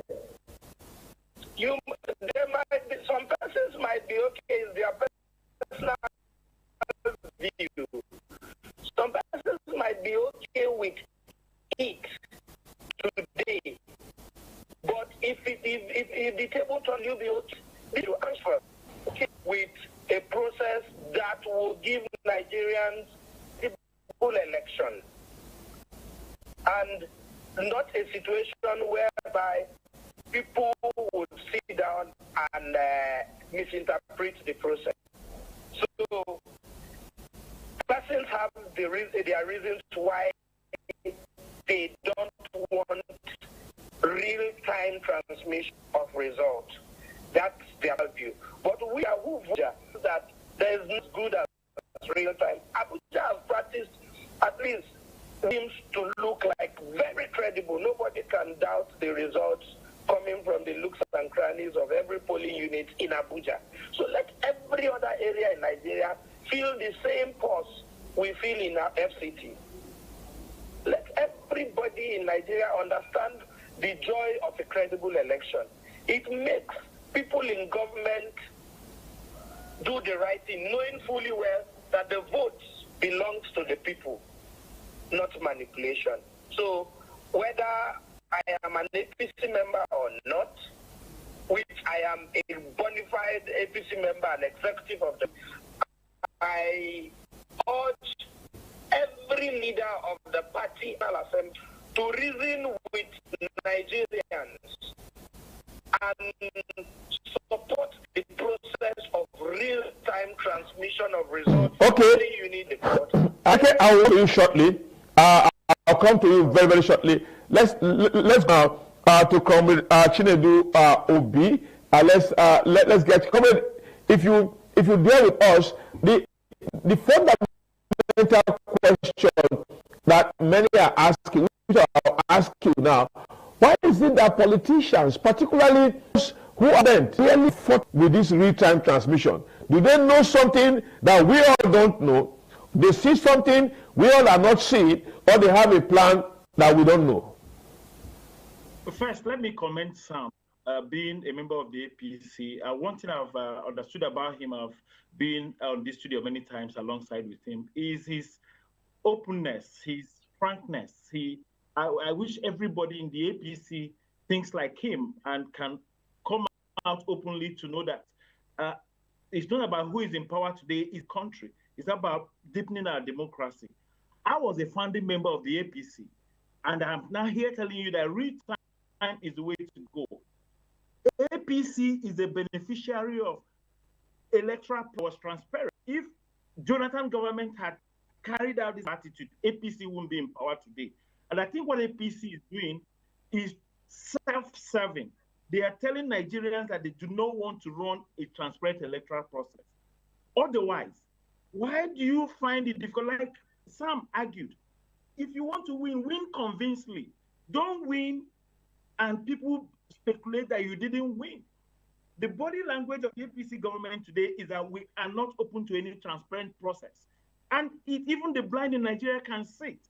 We have a country that's already tensed up, that a normal thinking government will know that this is the best time to make every process transparent, so that when you win convincingly. So it is not, I think this is about the APC. It's not about incumbents everywhere. This is about APC. Jonathan created a process, appointed a chairman that he does not know. created all the processes, everything that needed to deepen democracy, allowed it to be. This is a reverse, and I don't think it is something we need to encourage. My recommendation to all Nigerians is that if the Senate will not give us what we want, Nigerians should begin a recall process of all their senators that voted against free time, because that is voting against democracy in Nigeria. Let's take a break. When we come back from the break, I are canvassing a recall for someone who is already gathering money for re-election. You want him to be recalled. If he's recalled and the incumbency is not there, how are you sure he can win in a moment like this after this break?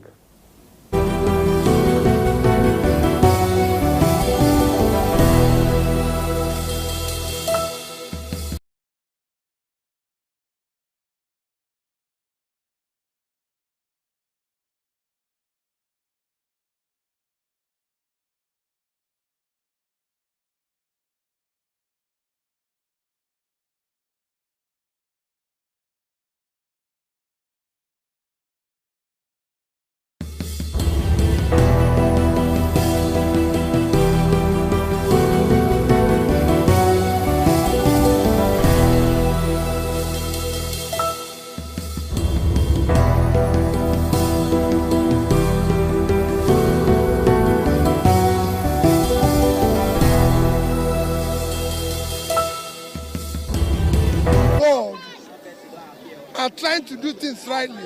You saw how even Ghana had to recall a high commissioner because of he did the wrong thing during primary. And then the giant of Africa is the one that wants to do things wrongly.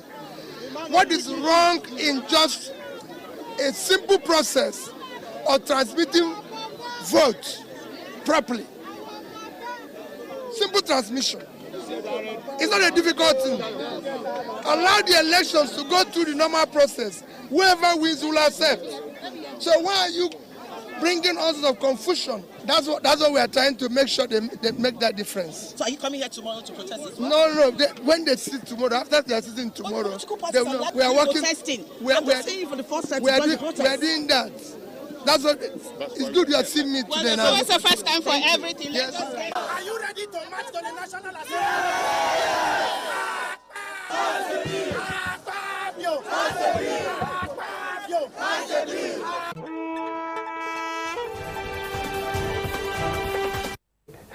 The way protesters carry beds and bed sheet and duvet and pillows and pillowcases shows that they're ready to sleep there, and they all came out. That's the beauty of the struggle. Somehow, across the world, people agitate and demand for government to act appropriately here. Let's start to take some rounding up our thought here. If we are still there with Mr. Chinedu Obi, ask him here. If you watch that clip we just played of Mr. Peter Obi yesterday, he said the word, we can't continue like this as a nation. We must do the right thing. Smaller countries are gone. They are gone far beyond this. Are you sure, Mr. Chinedu Obi, that we are ready for this?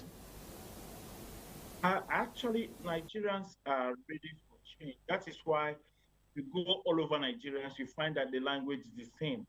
I'm also very happy we're now finding APC progressives who also feel the same thing Nigerians feel. Before you ended, you talked about people gathering resources for the next election. My recommendation will achieve, even if they frustrate it, is to pass a vote of no confidence on them, because the idea of elective democracy is that you carry the will of the people. And if they take away the will of the people, you're empty. It's important that the entire world know that the people that are there are not self-serving, they're not serving the interests of the people, because your job, when you hear my people want, that's what we expect of all the legislators we have in the National Assembly. And not just because you know you can't win election and then you want to impose a poor process on the entire country. Make a credible legal process so that whosoever emerges from it, we have the will of the people. We have the followership of the people. You don't rule a society where everybody is angry, where people don't even believe in the process. That's at the root of the situation we have found in the country today. We have somebody who had won just at 3% of Nigerian votes. And I think future legislation will even define whosoever will win Nigerian leadership should be able to have a percent of Nigerian votes.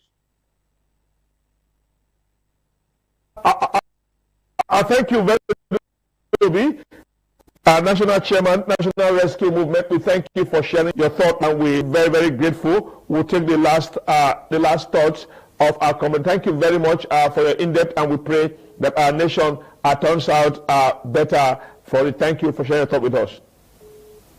Thank you very much. Thank you. Okay.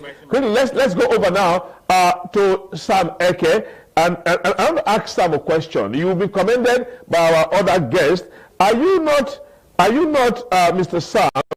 Ask Mr. Sam if he's not playing anti-party, because many persons in his party don't share the thought he's sharing. They don't speak to it. Even the parliamentarian in APC don't speak to it. I want to find out why Mr. Sam Eke is towing that path that many in his party don't dare go. And one cardinal fact is that they are demanding that Nigerians should get what they deserve. That is real-time transmission of results. You can't finish a process where results are not transmitted on time. And that's what they shared yesterday. And yesterday, when the protesters go there asking, well, the moment election finishes, then the returning officer for the polling unit must quickly upload the result. And like what some categories of persons argued yesterday, that once this one is tackled, then you will now move over to now be tackling vote buying. You can't sit down and let vote buying be tackled by the police. Should they be that serious to do it? Not be serious to do it, then let the result be transmitted first for now. When that is done, then the crowd can now gather and I say, yes, guys, we want to. Then one other person who appears corrupted, he says, look, with this real-time transmission, the politicians will now spend more money on vote buying. Okay, we are not been able to connect with Mr. Eke.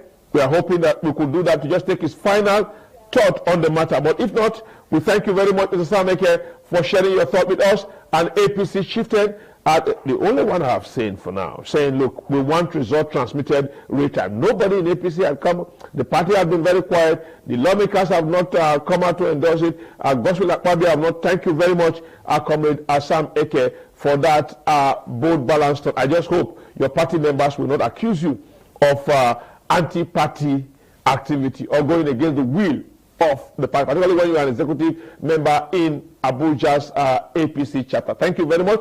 Thank you for staying with us. We'll take a break. When we return from the break, we'll be handing you over to our Lagos Network Center for the continuation of the program this morning on ITV.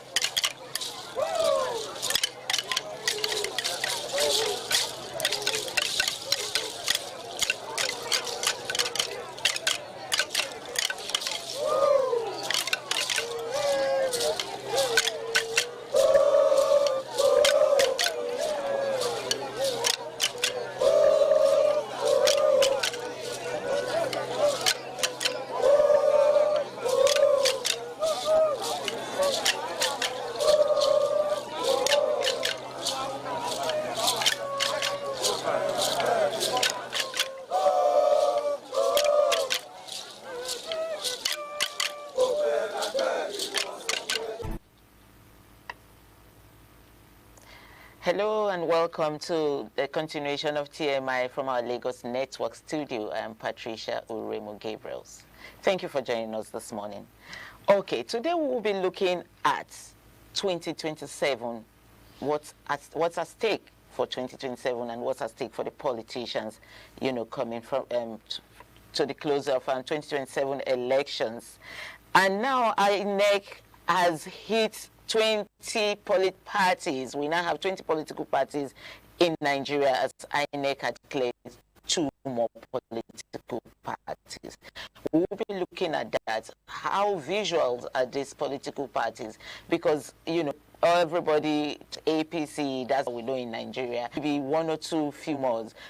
We never know that we have up to 20 political parties in Nigeria. We're going to be at all the morning, but I'll be doing this alone. I'm not going to be talking in the studio alone. I have with me in the house, because also we have a Zoom guest who will be joining us from Abuja via Zoom.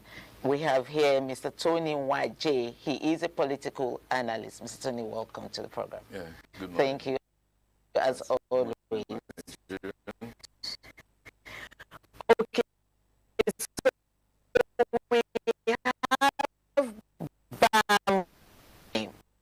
So I hope I got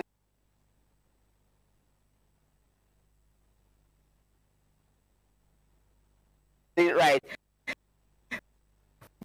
BAM Ladipo Johnson.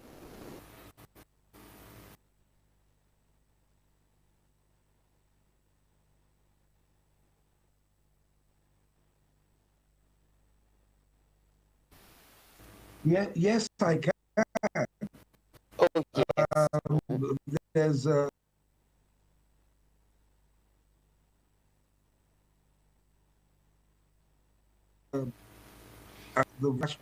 I see. Yes. If you can.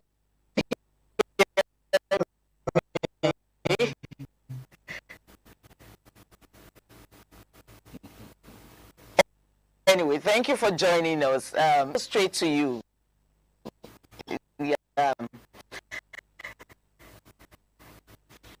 Let's ask about your party, NNPP.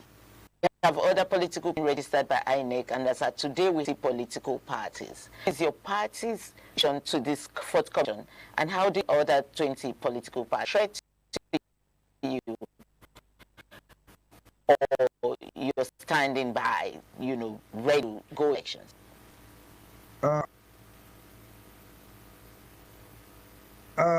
It seems that not just technically, there are 2 frames, and one comes after the other.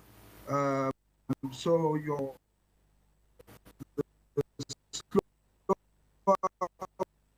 one is clashing with the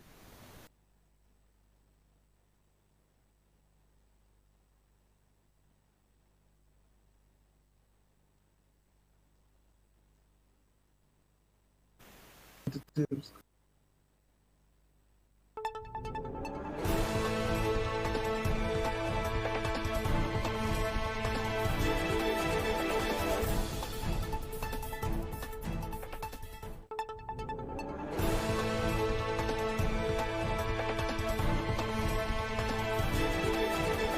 Few minutes, maybe the network could have been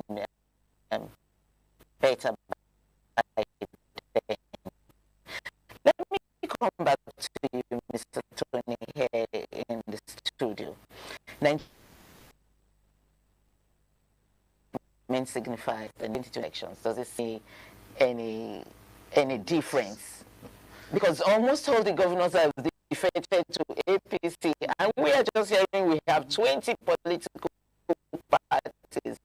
Does it signal any difference? Will it, you know, make any difference in 2027 elections? I don't think so.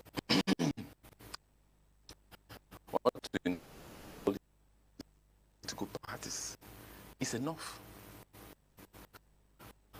What Nigeria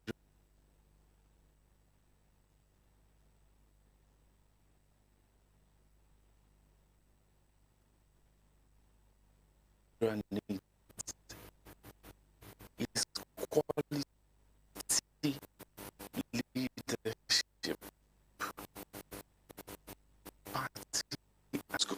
remember there was a time prior 2010, we had between 62 and 63 political parties. It breeds confusion during election. You can imagine having a ballot paper that contains 60, even if 50 or 60 political parties. It gets voters confused. To me, that is not the issue at the moment. What we need are credible political system. Credible political system that can guarantee free, fair, and credible election. Not the political party. We'll be having political parties, but at the end of the day, two or three dominate the rest. We hardly hear about them. But it looks like one is dominating right now. Yeah, everybody seems to be in that party. You know, what we need in Nigeria is a system that works, a system that guarantees free and fair election, a system that, you know, encourages people to vote, a system that encourages people to go and register and anticipate the days of election. Because over time, you need to change these people. We're having political parties, I mean, but at the end of the day, you have two serious or two dominating parties. Just as you said, we have one now. We have one. So, I mean, even if you have, and then we have monster election and you're registering two political parties, I can assure you that those two political parties were registered for political reasons. And look at the names, you know, to get voters confused again. I don't want to ask you what those reasons are, but we'll come back there. I would like to hear from you. Let me go back to you, Ladipo Johnson, if you can hear me clearly now. I asked Mr. Tony in the House, Nigeria now has 20 registered political parties following INEC's clearance of 2 more. You know, so I was asking, what does this development signal ahead of 2027, especially your party? Because we know that your governor in Kano just defected to APC. So what does this signal for you?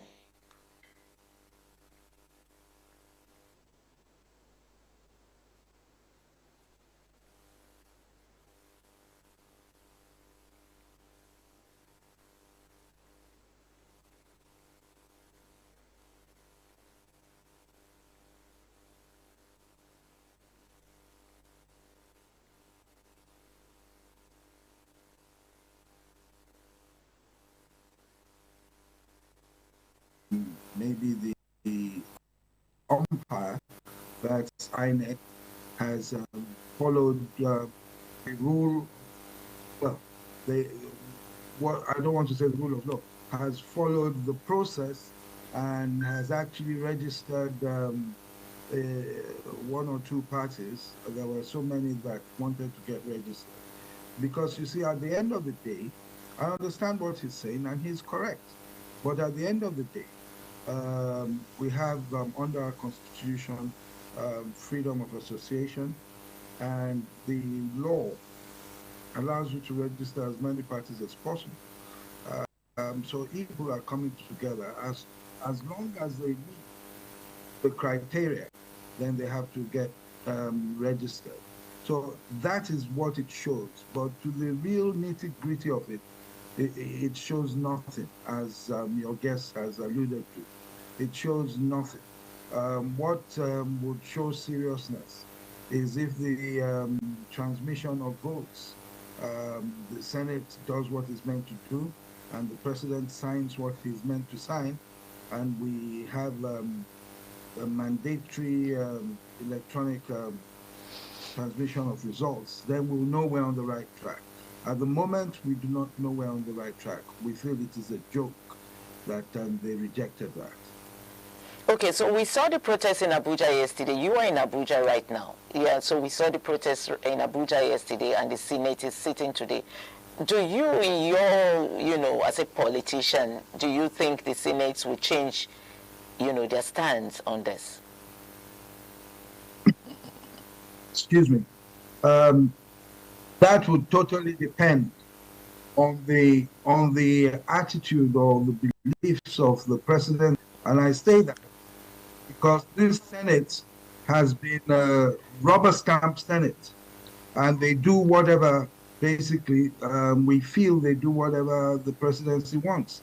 So if the president believes that he can win an election with the electronic transfer of votes, then they'll do it because they've seen that there's been an uproar by Nigerians. But if they feel that they won't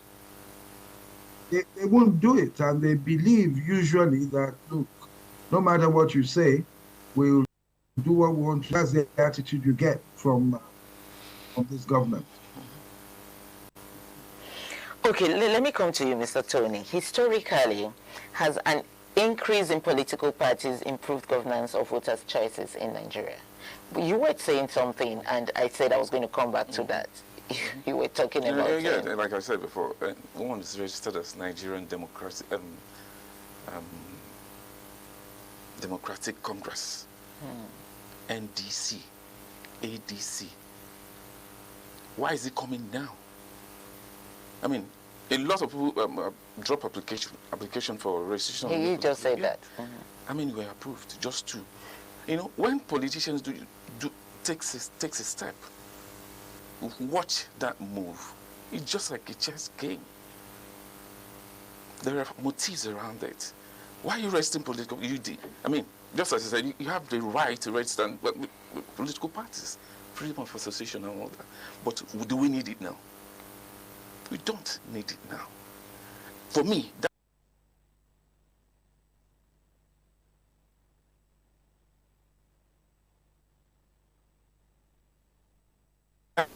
it's just a distraction and has political intention. It's not just a move. We need to advance our political journey in this country. We cannot be saying these things 10 years after we have sat on desks like this, discussing issues like this 10 years ago.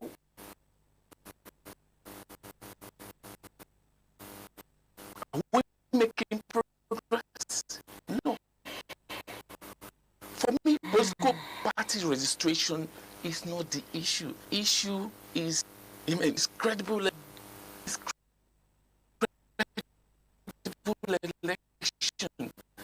These people have strangulated Nigerians. So you think that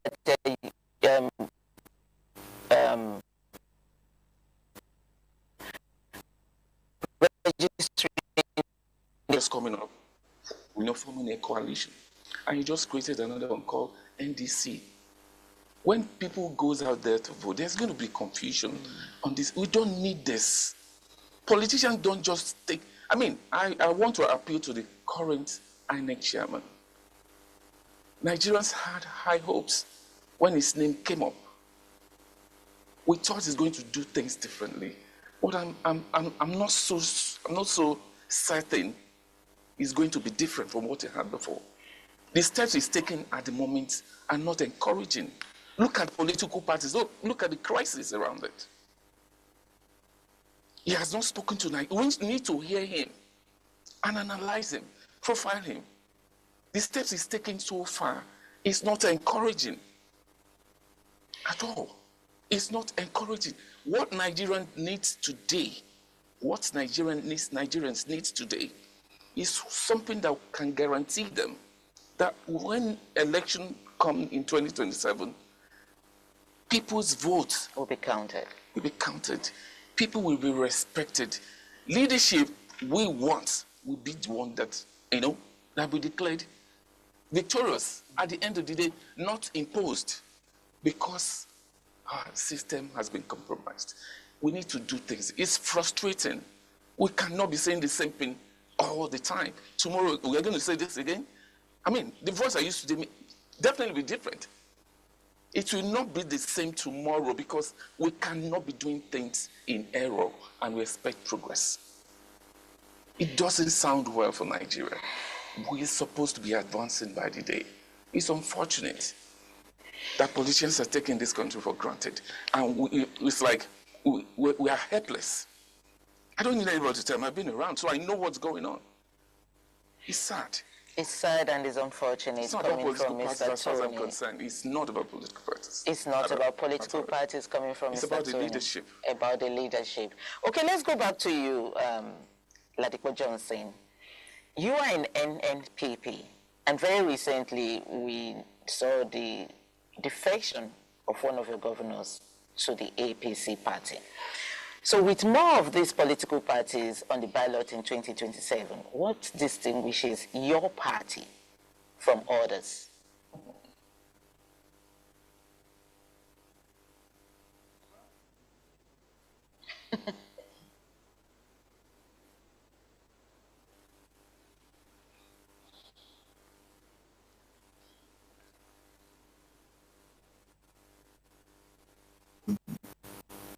I'm talking about our party now. We all know we are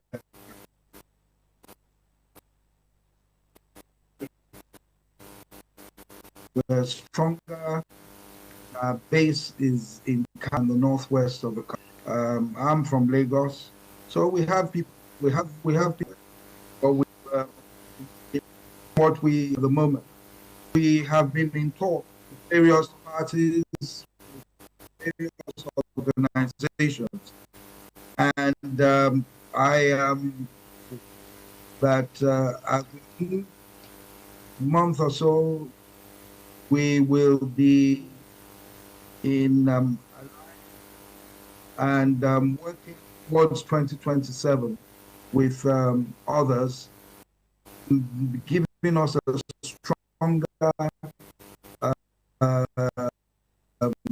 base to up and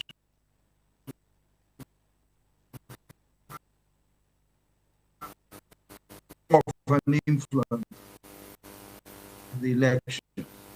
So that is where we are at the moment. Yes.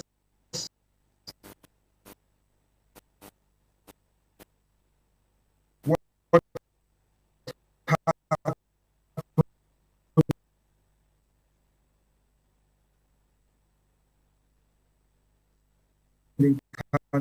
happened, but it hasn't stopped us, especially at the national level, from towards alliance and getting 2027. I assure that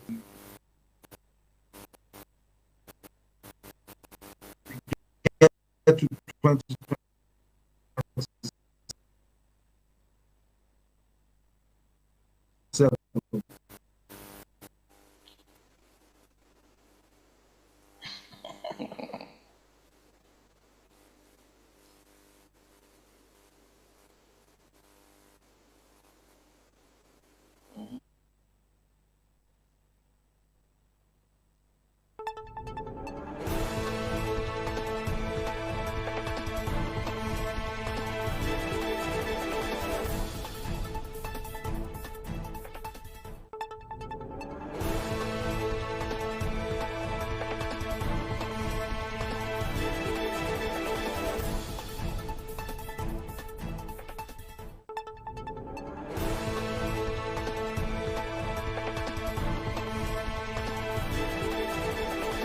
My guest yesterday also said to me, he was talking to the voters, when you go to vote, don't close your eyes, don't blink your eyes.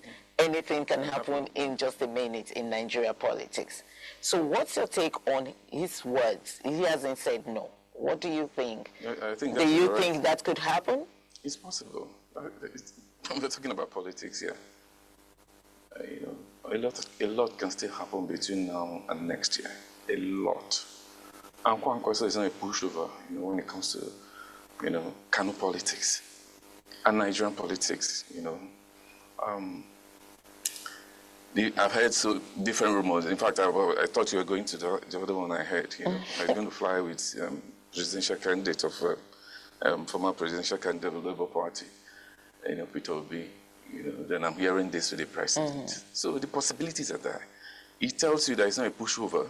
It's strong politically, you know, but what I pray happens at the end of the day is that whoever is going to come out, any arrangement they're going to make, that Nigerian people will stand to benefit from it. That Nigerian people, they should think about the benefits the people, the electorate, stands to gain in all this. When it comes to NNPP, they are strong. You can't, that's why I was surprised with what's going on in Kano.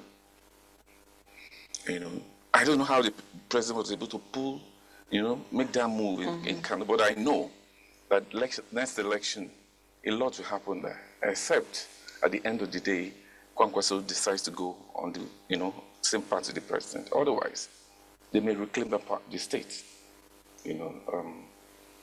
It's not about a governor being in a party. It doesn't guarantee election victory.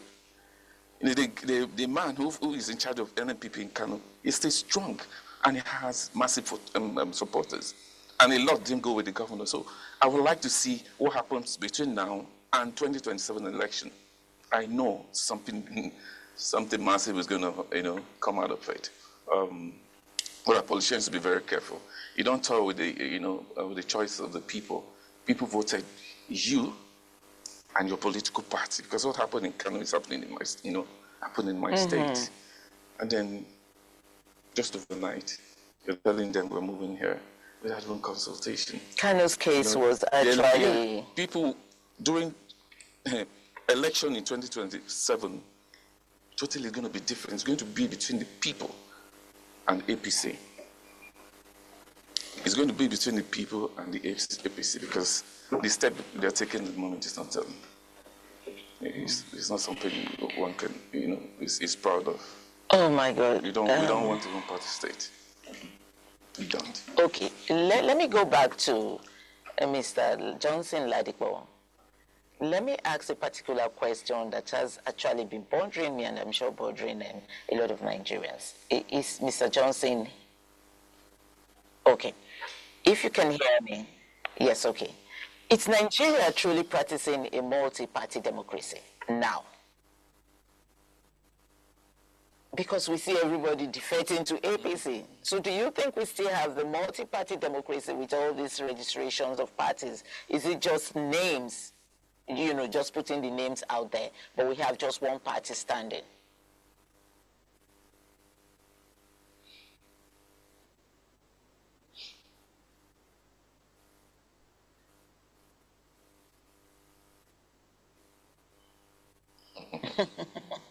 No. Oh my God, network. Oh my God. Okay, speak it. Yes, we can.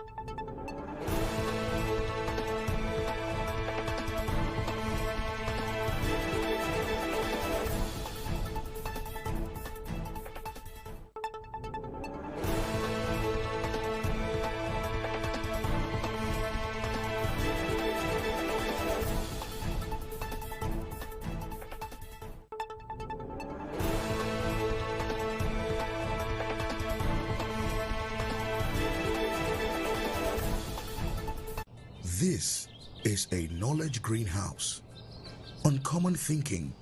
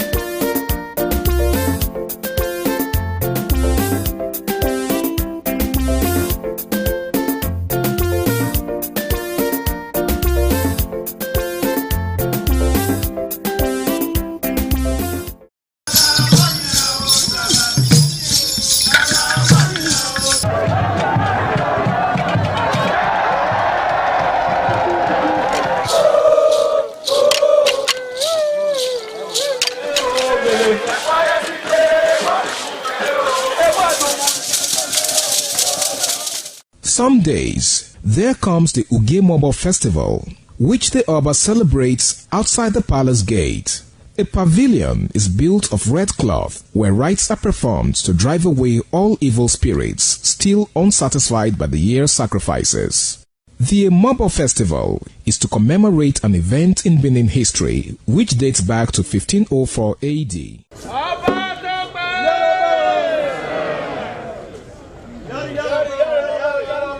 Yari yari, Ọba Tope.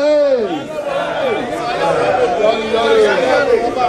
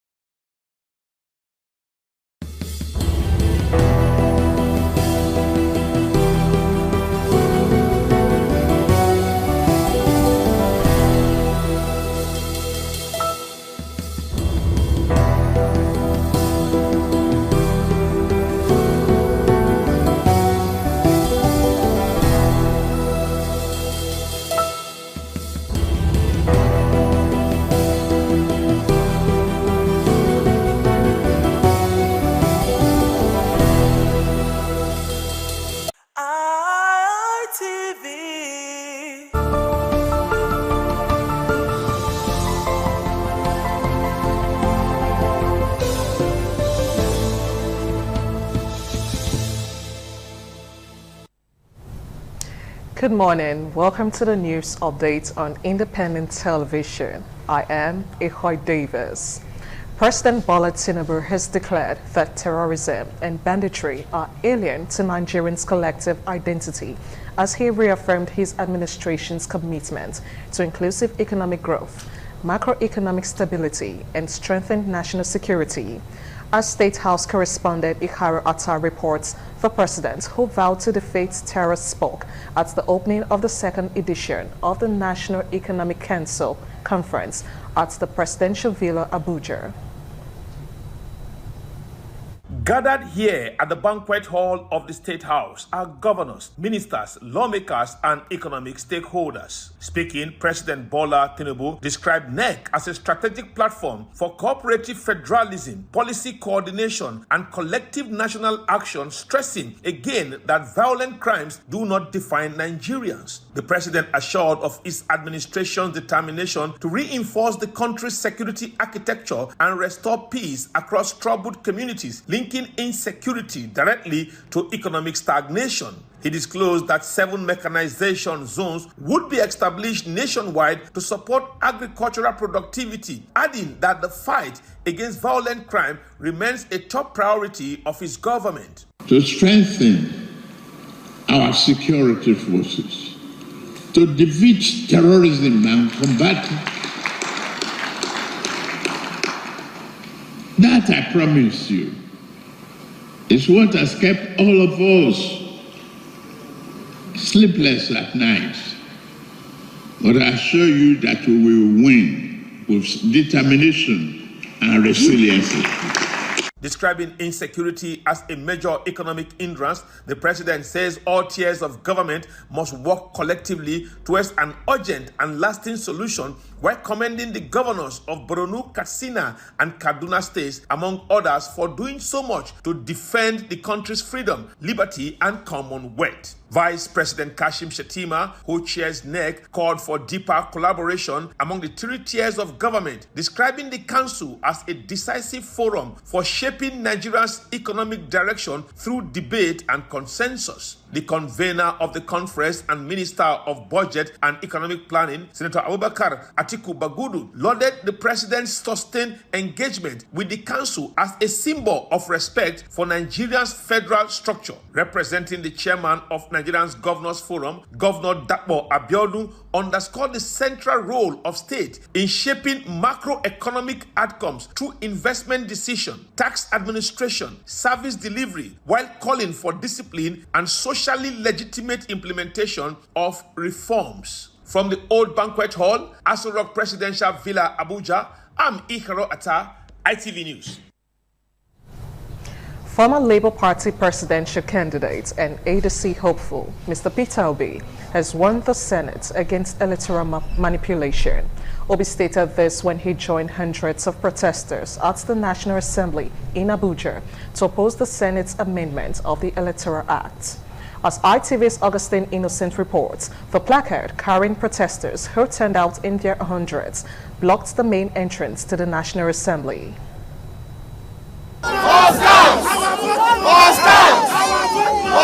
It was a sight to behold as protesters chanting different slogans thronged the National Assembly main entrance, with placards reading several inscriptions such as "Our vote must count," "Make electronic transmission of election results to the IREV mandatory," "No to electoral robbery," among others. The demonstrators marched from the Federal Secretariat to the National Assembly. They were, however, stopped by heavily armed security operatives, including the police, the army, and the Nigerian Security and Civil Defense Corps, and were forced to hold the protest outside the complex.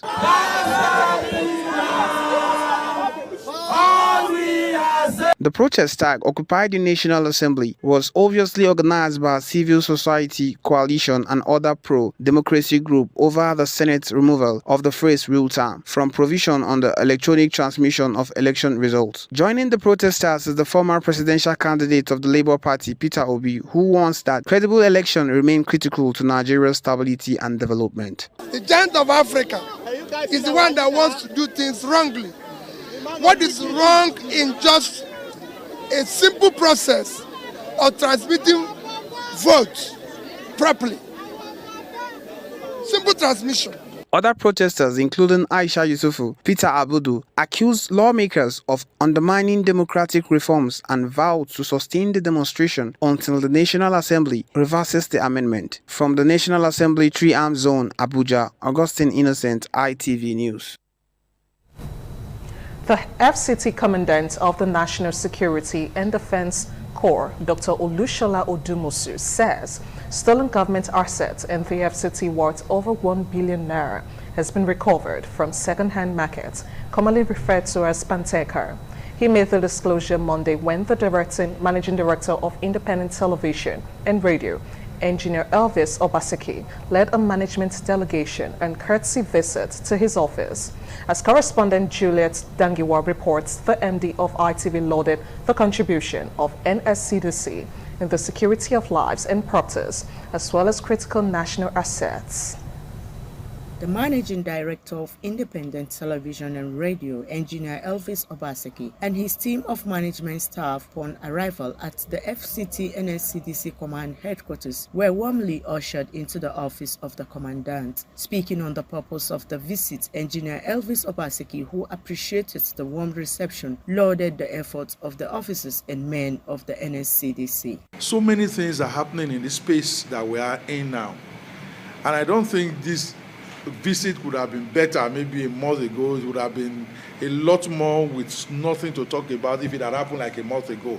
Taking over the ability to really secure the space. In his response, Commandant Olushola Odumosu highlighted what the command is doing to ensure the protection of national vital assets and infrastructure, which is the core mandate of the organization. He disclosed that raids of Panteka has yielded positive results in recovery of stolen assets worth billions of naira. He also explained efforts by the court to regulate and supervise private security guard firms which are sanitizing the sector. The mandate of NSCDC is protection of critical national assets and infrastructure. We have been able to stem the tide of vandalism, as we speak today. We started our 24 hours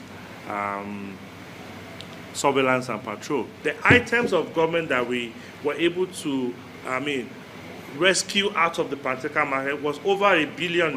There is a semblance of peace within the FCT. Security in the FCT cannot be compromised. In the spirit of collaboration and appreciation of the efforts of the court, the managing director presented souvenir to his hosts at the end of the visit before the group photograph session. From Abuja, Juliet Tangiwa reporting for ITV News. Edo State Police Command has arrested 3 kidnapped suspects in connection with the abduction of a medical doctor, Dr. Abu Babatunde, and the killing of his brother in Auchi Esako West local government area. The command's public relations officer, ASP Eno Ikoiden, who revealed this during a press briefing, said the arrest followed a series of intelligence-led operations as efforts intensified to dismantle the criminal network responsible for kidnapping activities in the area. Crime correspondent Jolade Ojo reports.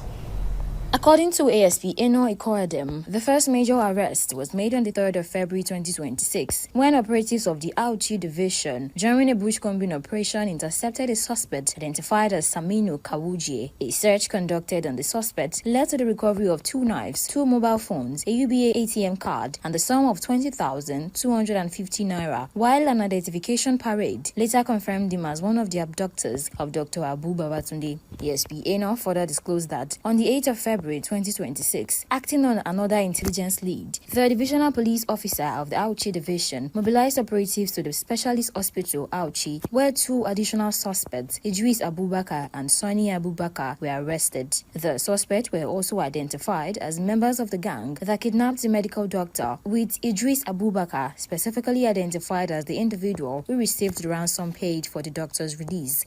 We've been on the trail of the kidnappers, and fortunately we had a breakthrough on the 3rd of February where a suspect was arrested. On the 8th of February we had another breakthrough where we had intelligence that some of those gang members identified were seen at the specialist hospital. Investigation is ongoing with efforts to close in on the rest of the gang members.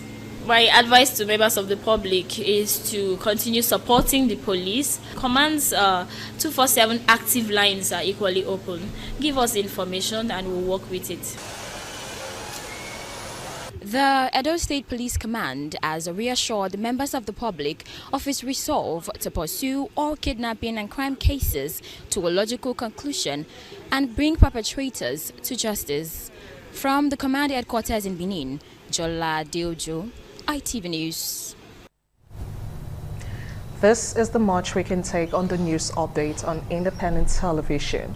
Thank you for joining us. I am Echoy Davis. Good morning.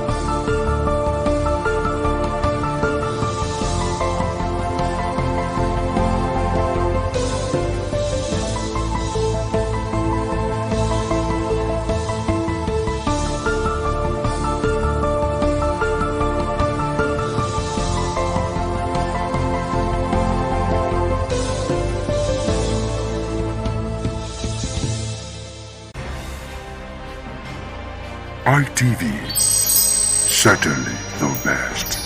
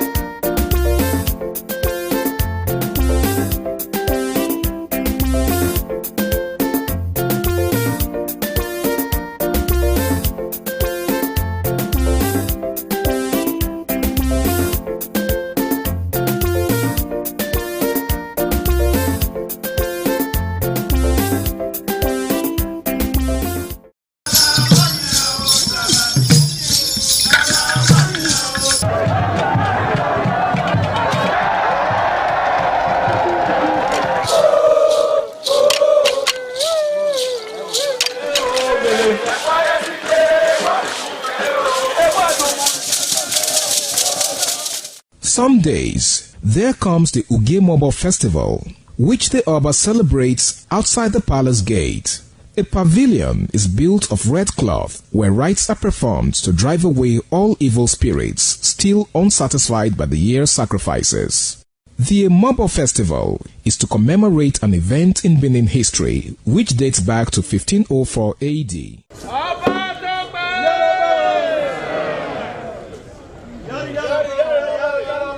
Yari yari, Ọba Tope. Yari yari, Ọba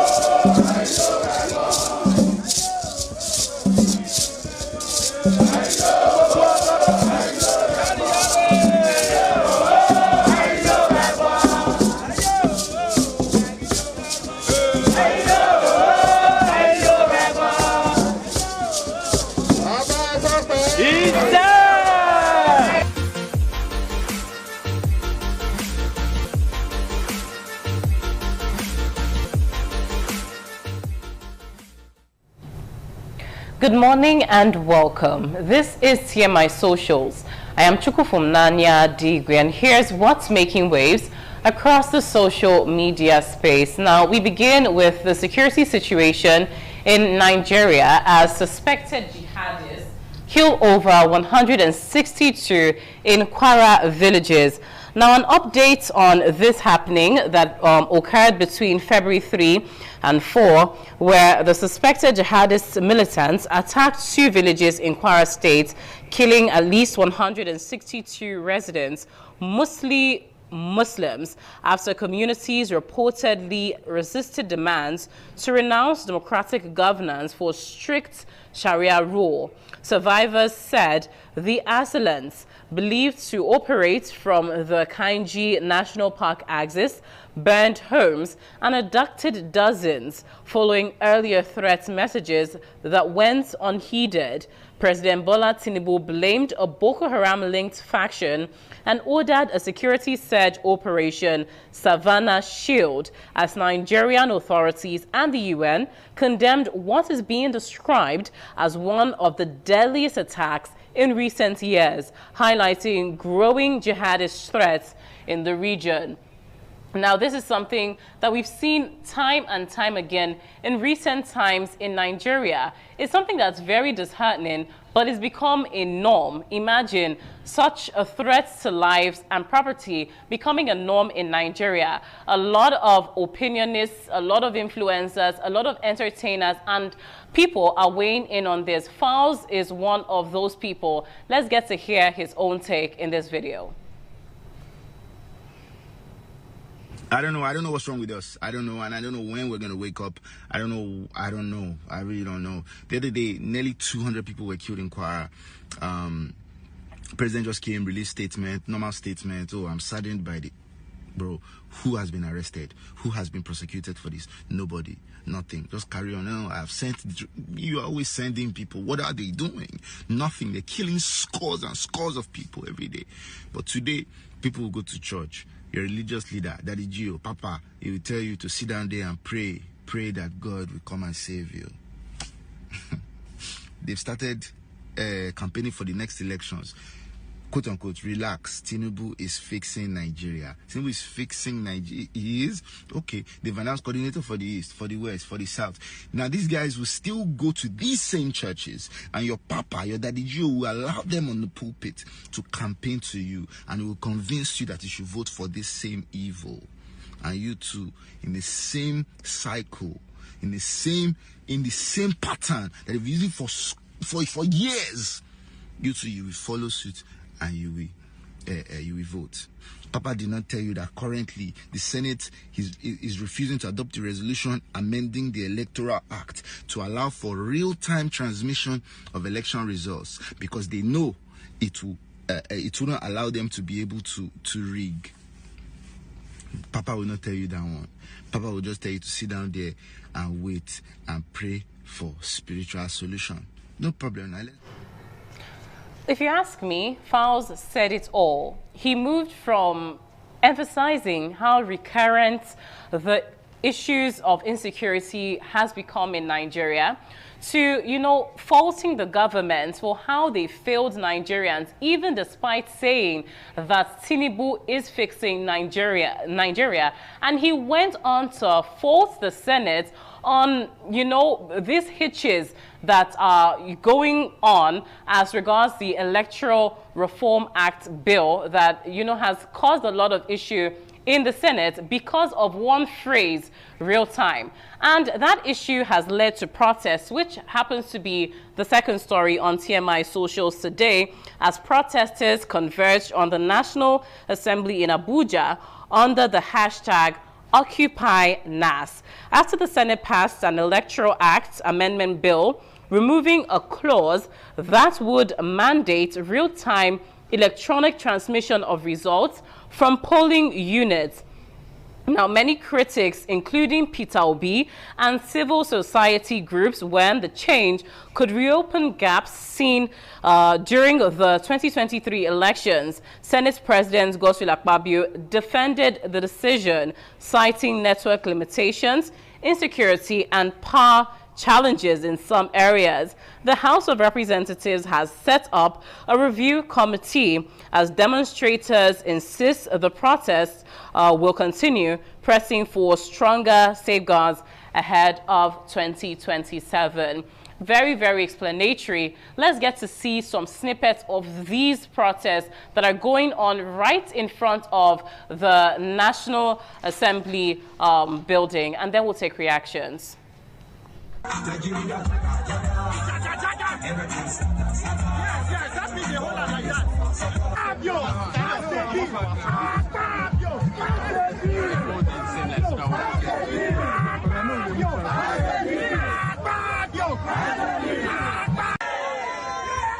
Nigeria people, you are the real distinguished Nigerians. These are honorable Nigerians. What do we want? Our vote must. Our vote must. Are you ready to march to the National Assembly? Akpabio. Akpabio. Akpabio. Akpabio. Akpabio. Akpabio.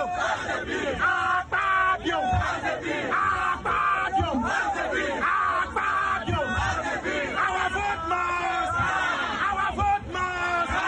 Our vote must. Akpabio. Akpabio. Akpabio. Akpabio. Akpabio. Akpabio. Akpabio. Are we lazy? No. Are we lazy? No. Are we tired? No. Are we criminals? No. Are we bandits? No. Our vote must. Our vote must. My vote must. Your vote must. Your vote must. Akpabio. Akpabio. Akpabio. Akpabio.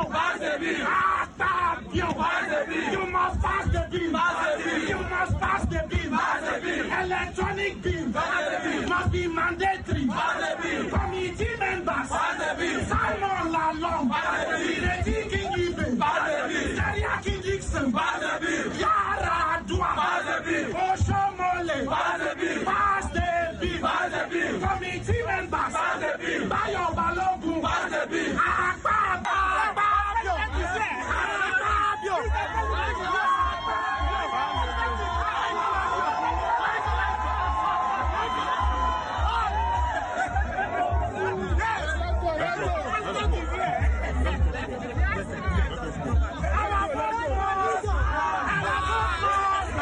Our vote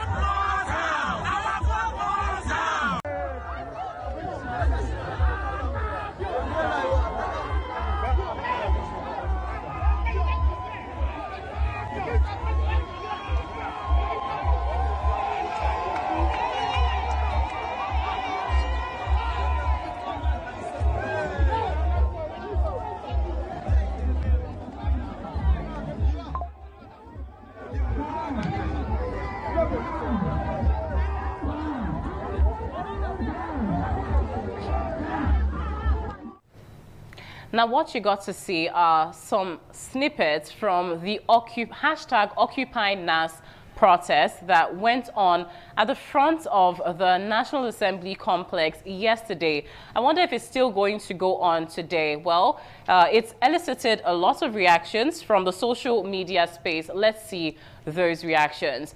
Now, this first commenter says, "Enough is enough. The Nigerian people are demanding real-time transmission of results and comprehensive electoral reforms. Our votes must be protected, our results must be respected, and our elections must be free, fair, and transparent. We say no to glitches, no to rigging, and no to stolen mandates. Democracy belongs to the people, and the people's votes must count. Arise and shine, Nigerians. A new Nigeria is possible." Let's take another comment now. This commenter says, "How can I explain this? A Senate president of Africa's third largest economy with GDP of about $335 billion, world 15th largest oil producer with top major tech unicorns, stood on a stage and said, 'No network in 9 states, so we scrapped electronic transmission of results. Jesus Christ.'" Let's take the final comment from another netizen. Well, this netizen says, "I commend all Nigerians who trooped out to the National Assembly today to confront the good-for-nothing 10th National Assembly and demand credible elections by insisting on the electronic transmission of election results, a critical provision shamefully yanked off by the Akpabio-led 10th Senate from the newly proposed Electoral Act. The organizers have announced that the protest will continue tomorrow, which happens to be today, and I urge Nigerians to return en masse. We must be at the barricades again, louder, stronger, and more determined. Thank you all for the great job done today. Aluta continua. Hashtag revolution now." That commenter happens to be Omoyele Shuri. Yes, and here's where we draw the curtain on TMI Socials today. Thank you so much for joining in. We'll now rejoin the TMI crew. Bye for now.